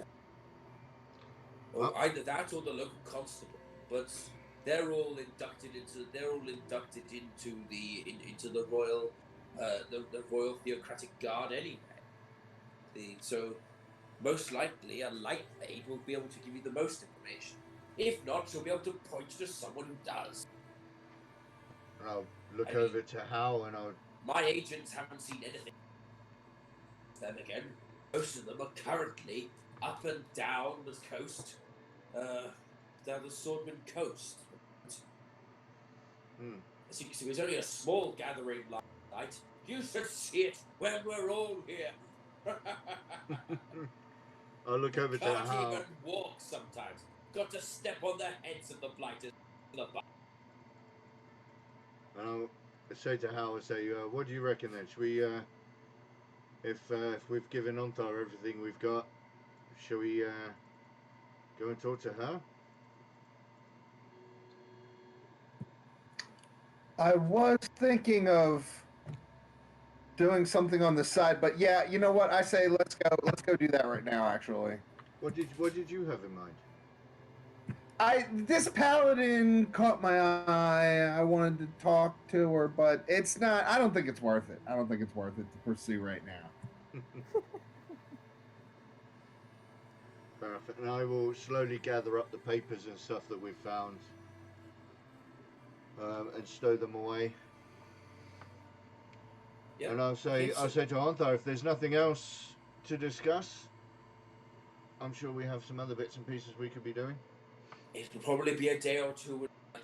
If it's any earlier, I'll send a runner for you. You're a 7-foot-tall dragonborn. Dragonborn. Where am I right now? Which universe am I currently in? Yeah, I'm a 7-foot-tall dragonborn. It's fine. I'm bright red too.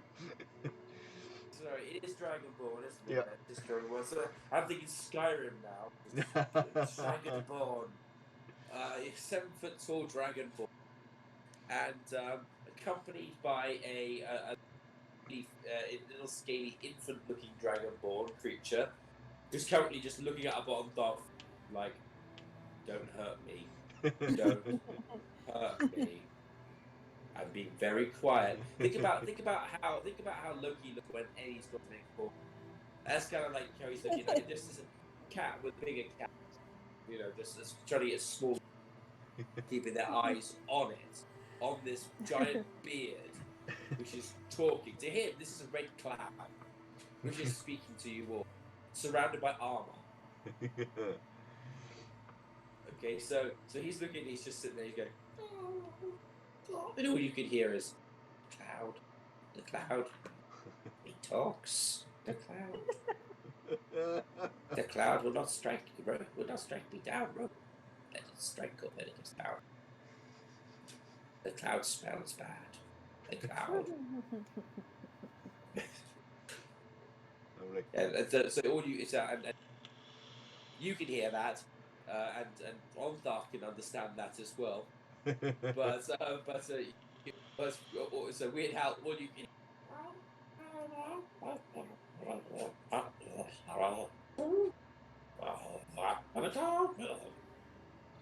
That's basically what you're hearing. I think I'm picking up a word or two. You can hear that the same word being repeated, but you don't know. Yeah. I'm not doing very intricate drama tonight because my friend already on off for him is killing me. So so much so that he's evolved into a Welshman half the time. All right. Well, and I'll say to Hal, I said if there's nothing else. Weird Hal seems a little distracted. He's thinking to himself. He's been formulating something in his mind for a little while. He's like, let's just go talk to Serena. I'm ready when you are. All right. And we'll head off that way then. Okay, so you cross through the streets. So you cross. You're currently sort of towards the quay, the pier, and you're walking away from that. sounds of boats, the sound of sailors yelling at each other and loading the ships starts to fade. You cross through the center of the high street. Again, lots of bustling figures, lots and lots of signs outside, brightly coloured. Wares being displayed on sort of like almost like table windows. And normally there's either a man or a woman standing inside one of these houses with a number of wares and goods for sale. Most of them are, things like clothing, gloves, etc. Nothing seems to be, in this quarter seems you can't really see any weapons. There's a blacksmith or two, but they've mainly got like horseshoes, plows, maybe some toy soldiers, like iron soldiers, some iron sunbursts, sort of like made for display in the home. It's not. This is like a domestic. It's not very. It's not incredibly. As you cross through the city, these residences get fewer and further between as you're heading towards the gates. As you head towards the gates, you can see the gatehouse. 6 members of the guard there, the theocratic guard. A number of pilgrims, according to their rank. And you can see sort of standing a farmer who's trying to bring in a melon. And she's arguing with him, and he's emphatically gesturing, and then gesturing at her, and she's just shaking her head, and then pointing backwards, back out the way of the gate.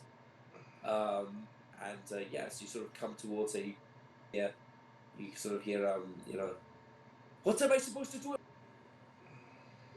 They're going to go bad if I don't get them there soon enough. You have to take them through to the western gate. That is the farmer's that is where the produce goes. This gate is only for those who are moving in, so coming here on their pilgrimages. Okay, this is not the place for you to be bringing no produce. Western gates. That'll add another 20. Well, I'm sure it will, sir, but those are the rules, and those are the rules you have to follow. I'm afraid I cannot let you. Okay, so that's basically what you hear. Yeah, well, I kind of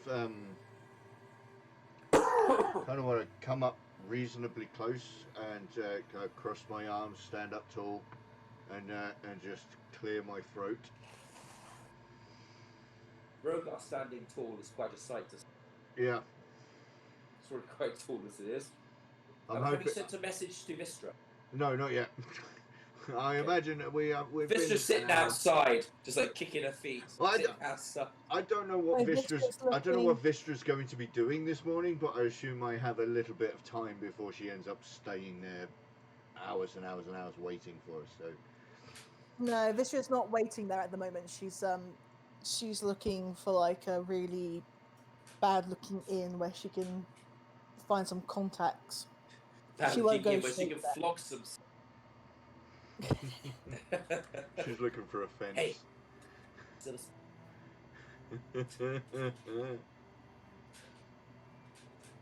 So you stand up. I mean, after he turns and goes, "Oh boy, oh, he came out of nowhere. Is he one of yours? Don't you try to intimidate me. I'm a free citizen of Elton." She turns and she sort of sees you, and she goes, "No, he's an associate. I know both he and the one wearing the funny headgear are associates of mine. However, if need be, I might ask you to help me push your cart back out the way you came." I want to just kind of lean. I want to lean just over. Actually, I don't need to lean. I'll just look over her head, and I'll just say, I mean, to be fair, the rules are the rules. I love when you use your alignment. B, not good. Okay, so the melon farmer cusses and curses, but you see he's lost the fight. He's lost the will to fight here, and he's sort of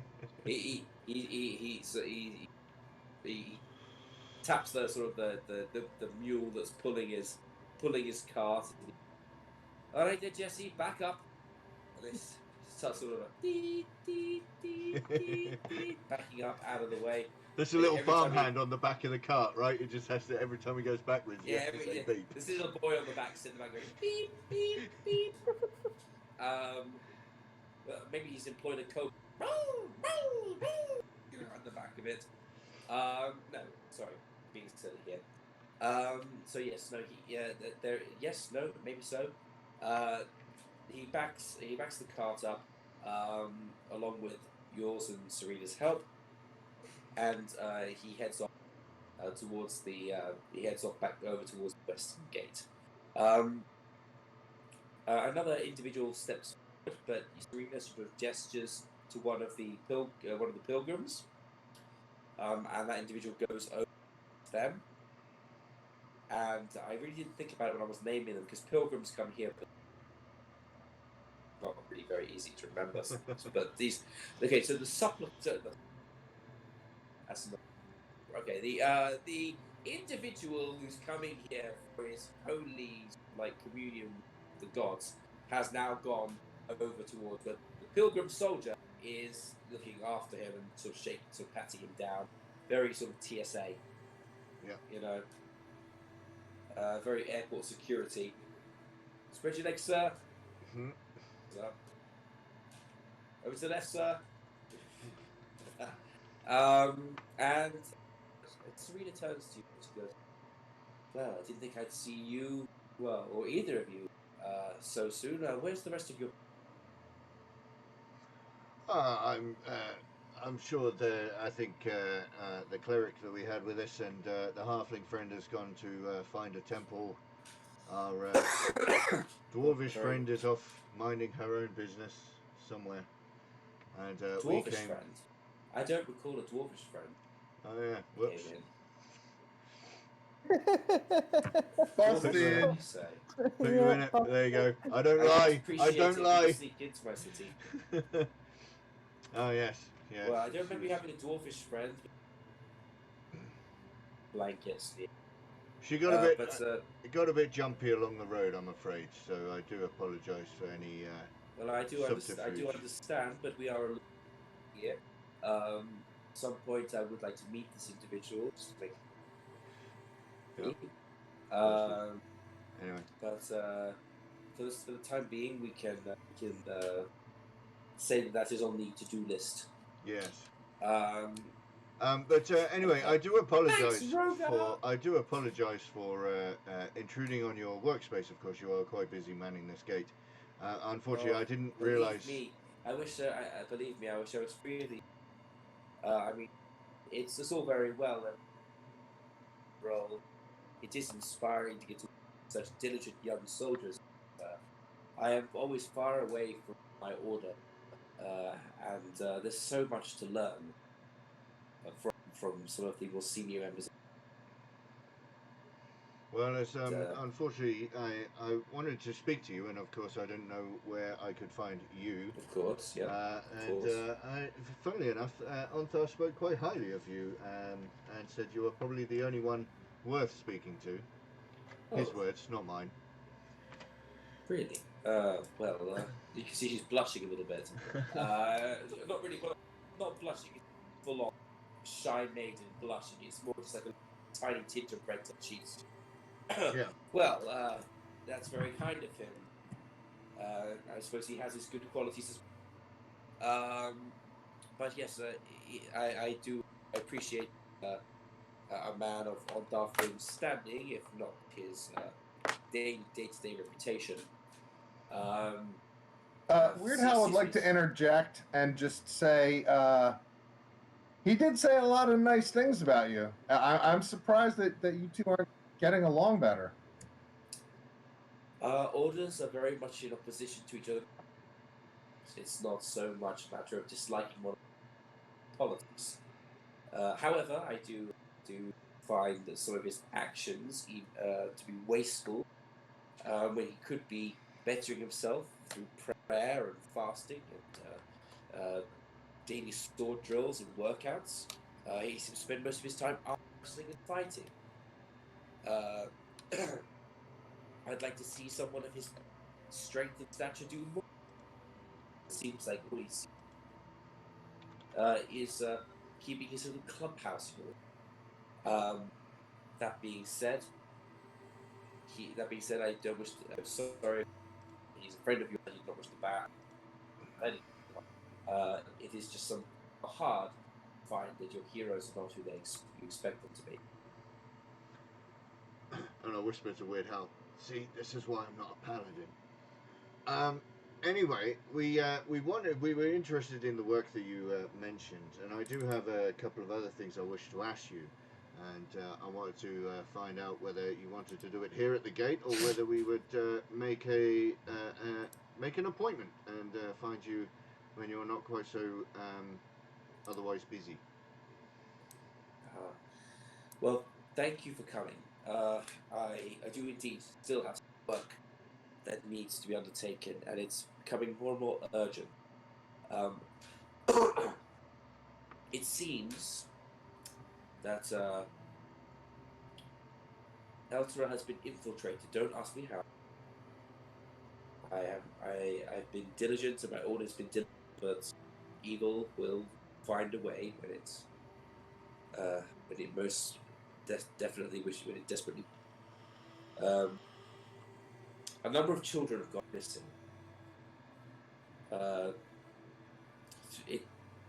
You probably haven't too much of an uproar of it, because a number of street urchins or poorer families of our cities or our fair city, not the sort of individuals pay a lot of attention to, but I do. I've noticed several of the children and several of the families that I have regular contact with have either become missing or heard of those who have. This is very serious. We don't know exactly why they're disappearing. My order, as I said, is bound by the political nature of just where we live. I mean, Eltera bureaucracy, and the light base cannot be seen to be available at all times. You have to be on standby. We have to be there to defend against the dark. Well, that's what they tell us. The Empress herself issued an edict. The light blades are not to involve in the affairs. Well, in the affairs that should be handled by the city. And that she wishes the light blades to be on call constantly in case needed for her and her family's protection. It's an absolute miracle that I am here working the gates. If it wasn't necessary for one light blade to man each gate, there's no way that I would be here. I'd probably be guarding the door to the Empress's palace gardens or something. Not that I wish to speak ill of her most holy majesty, but sometimes I feel that people ignore those who need it the most. And my vows allow me to stand by and do absolutely nothing. The same vows that bind and chain me to this gate are those that allow me to speak to you and your friends. Something has gone missing. The only clue that I have is that a young child was seen being abducted by two shadowy figures 3 nights ago and taken into the sewers below the city. Now, I know what you're thinking. The sewers, really, it's more of a... Elturel is built upon the ruins of previous civilization that predated our most holy founder. Really, it's a maze of old, forgotten buildings and ruins now. The sewers themselves run through this, but the majority of it is just is just memories of memories of a bygone. Um, there is something I can do if you're willing that would give you the authority, my to act in this case. I would like to. I would like to induct you into Dark Blades. This is a order that used to patrol the ruins under the city. They no longer exist, thanks to the fact that they're all dead. They were picked off one by one, and of course, we had fewer and fewer volunteers as the casualties mounted. But I could temporarily induct you into this order under my authority as a light blade, and it would give you the authority, it would give the backing of the guard to act as a police force for us in place that I currently cannot go. At this point, I'll look at Hal and see I'd what even his be willing reaction to is going induct to your be. little reptilian. Weird Hal is starting to remember something Okay. about stories about men who can become like animals and specifically like rat type men. So Weird Hal like tap on Rogar's shoulder and then literally whisper. He just now remembered that he has heard of people that can turn into human-sized rats, and it fits the description, so it's worth bringing up.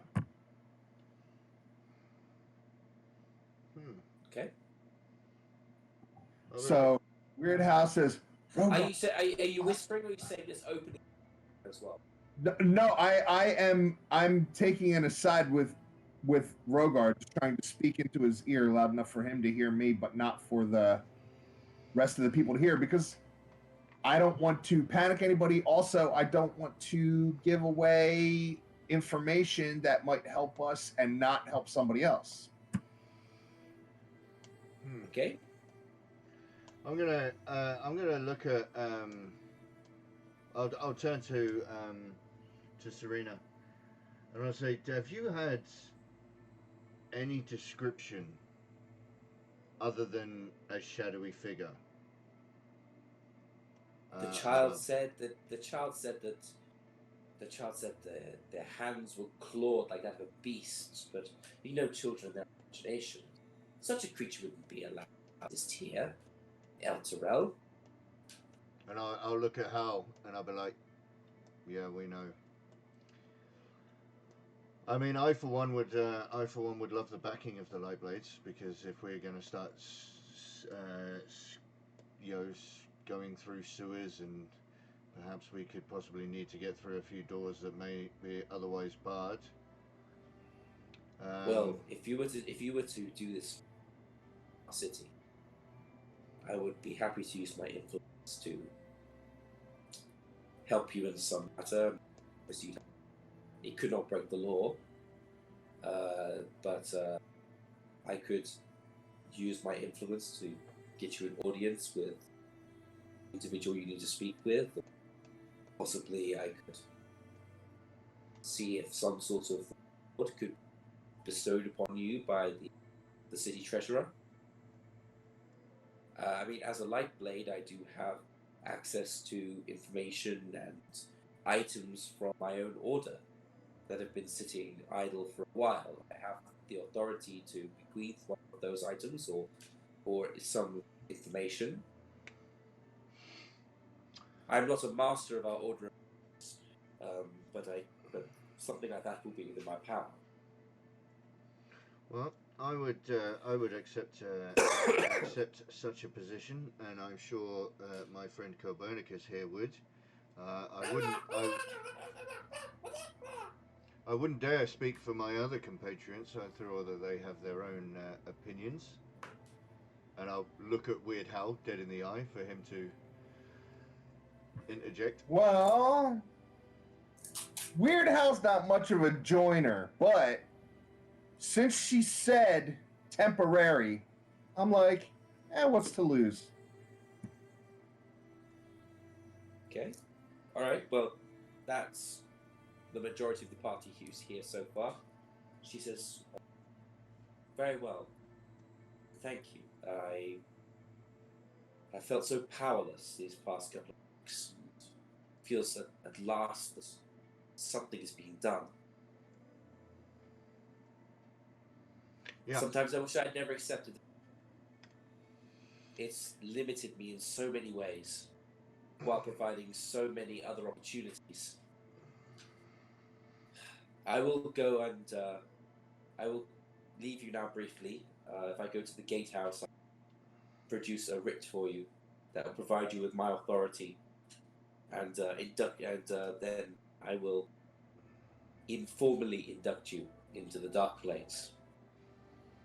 Sounds like a plan to me. Okay. Dark Blades for the win. Okay. So, are there any other names that I should play? I think two of our party would prefer to not be inducted, but I'm sure Pedrick and Otar would be happy to take on the mantle. Well, if it would be, if you prefer that they didn't have their names, I'd just name them two other individuals. Yeah, let's do that. It's circumnavigating them a little bit, but if they wish to remain anonymous, the Dark Blaze were one place where people had a less than stellar background to redeem themselves. And she looks up at you and she laughs. Wink. She looks up at you and she looks a little bit at Weird Hal. It's complete. It's like almost like this is the first time she's shown any. And she says, "No vows of celibacy, I promise." That's a Game of Thrones joke.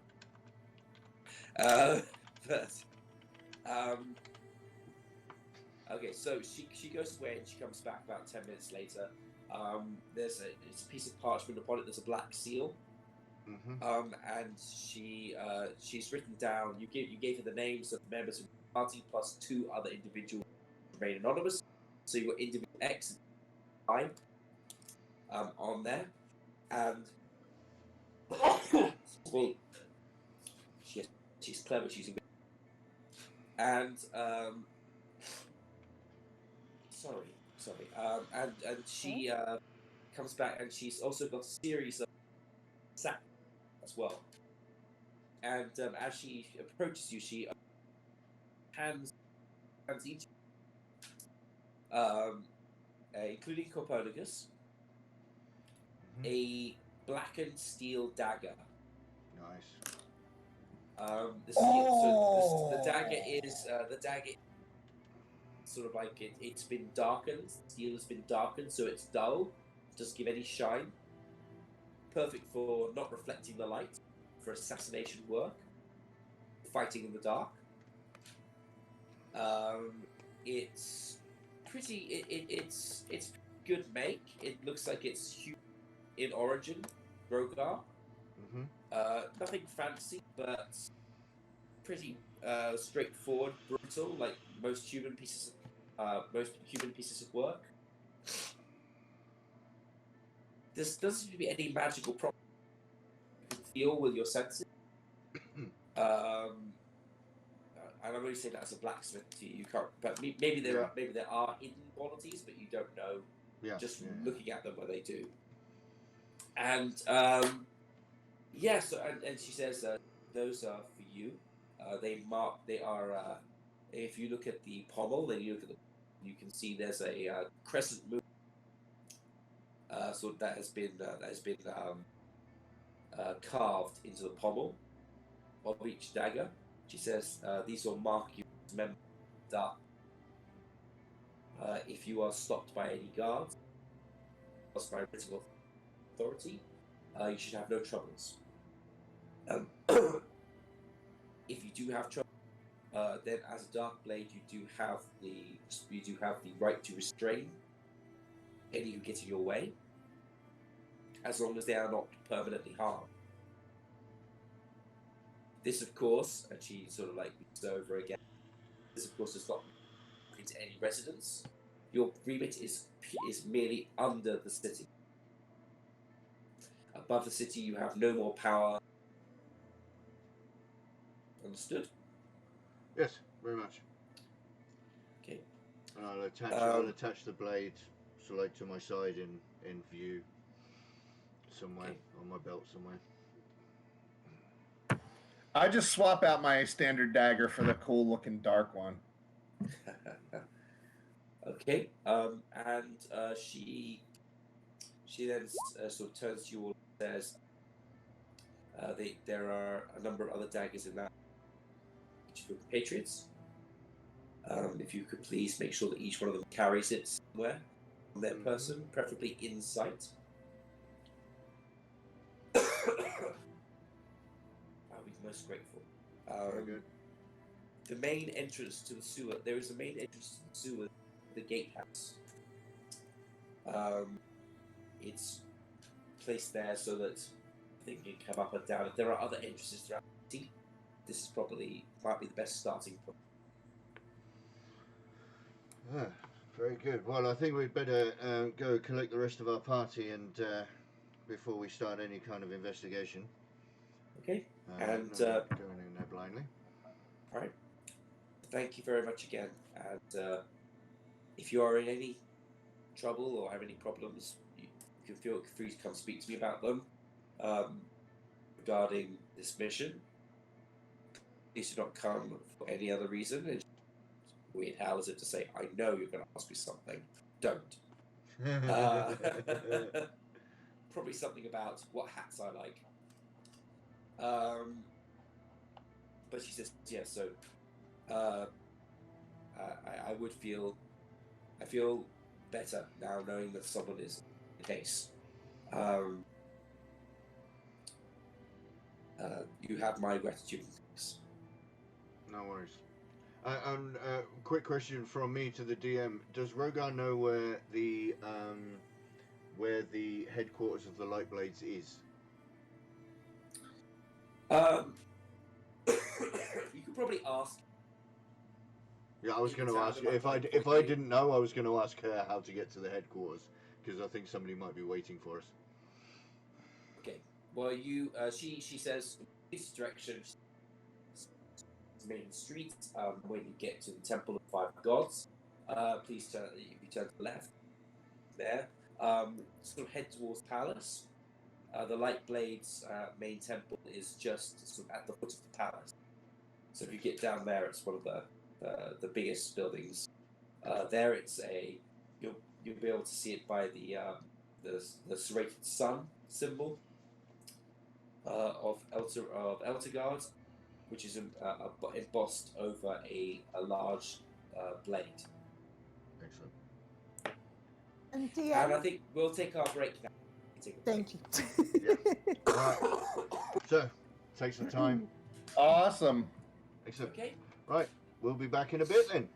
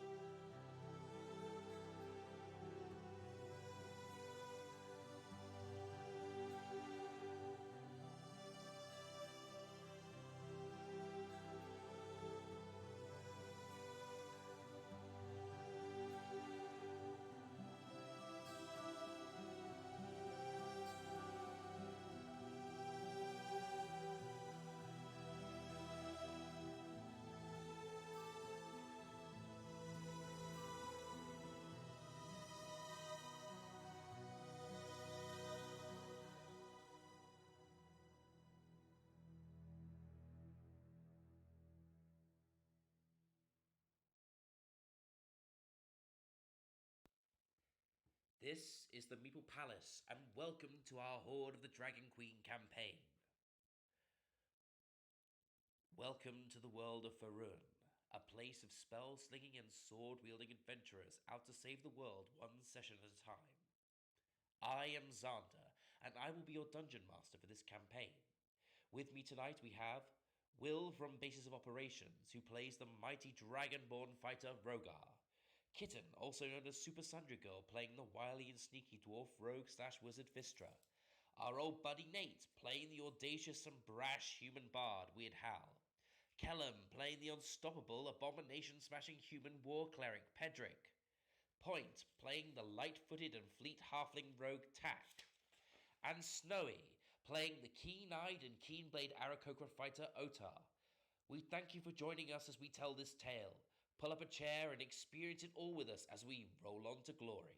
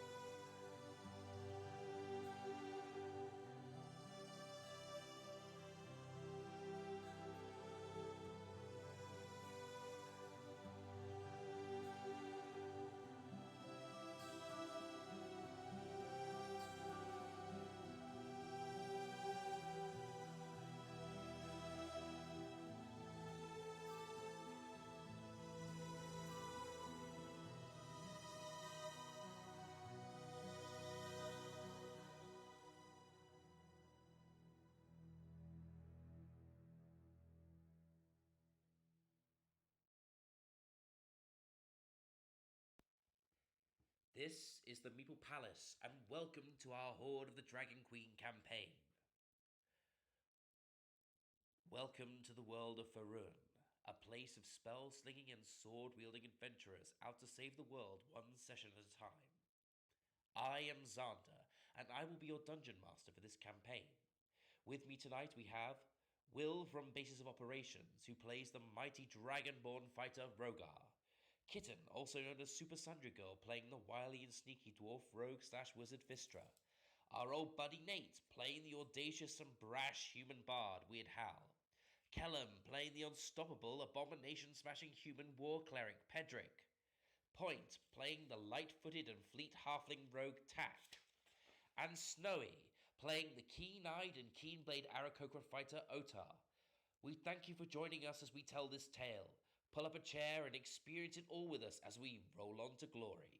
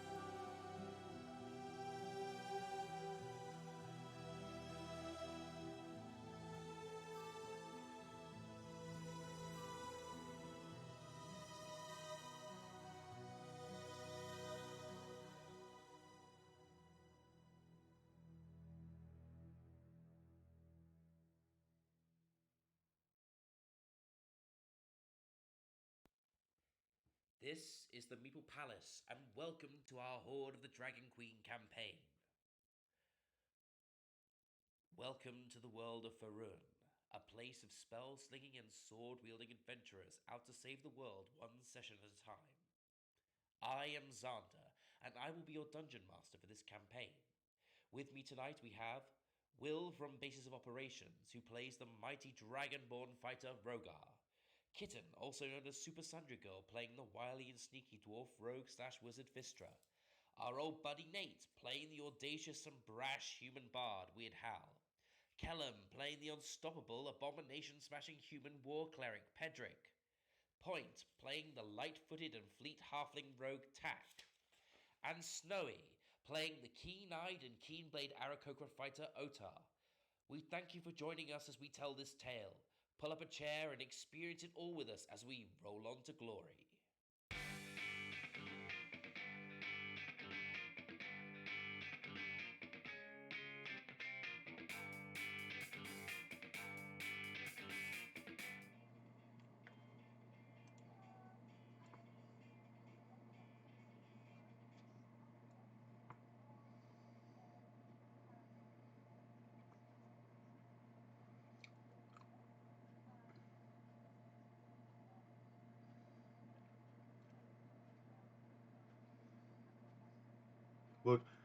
We'll yeah. We'll try and not go visit Brian Blessed next session.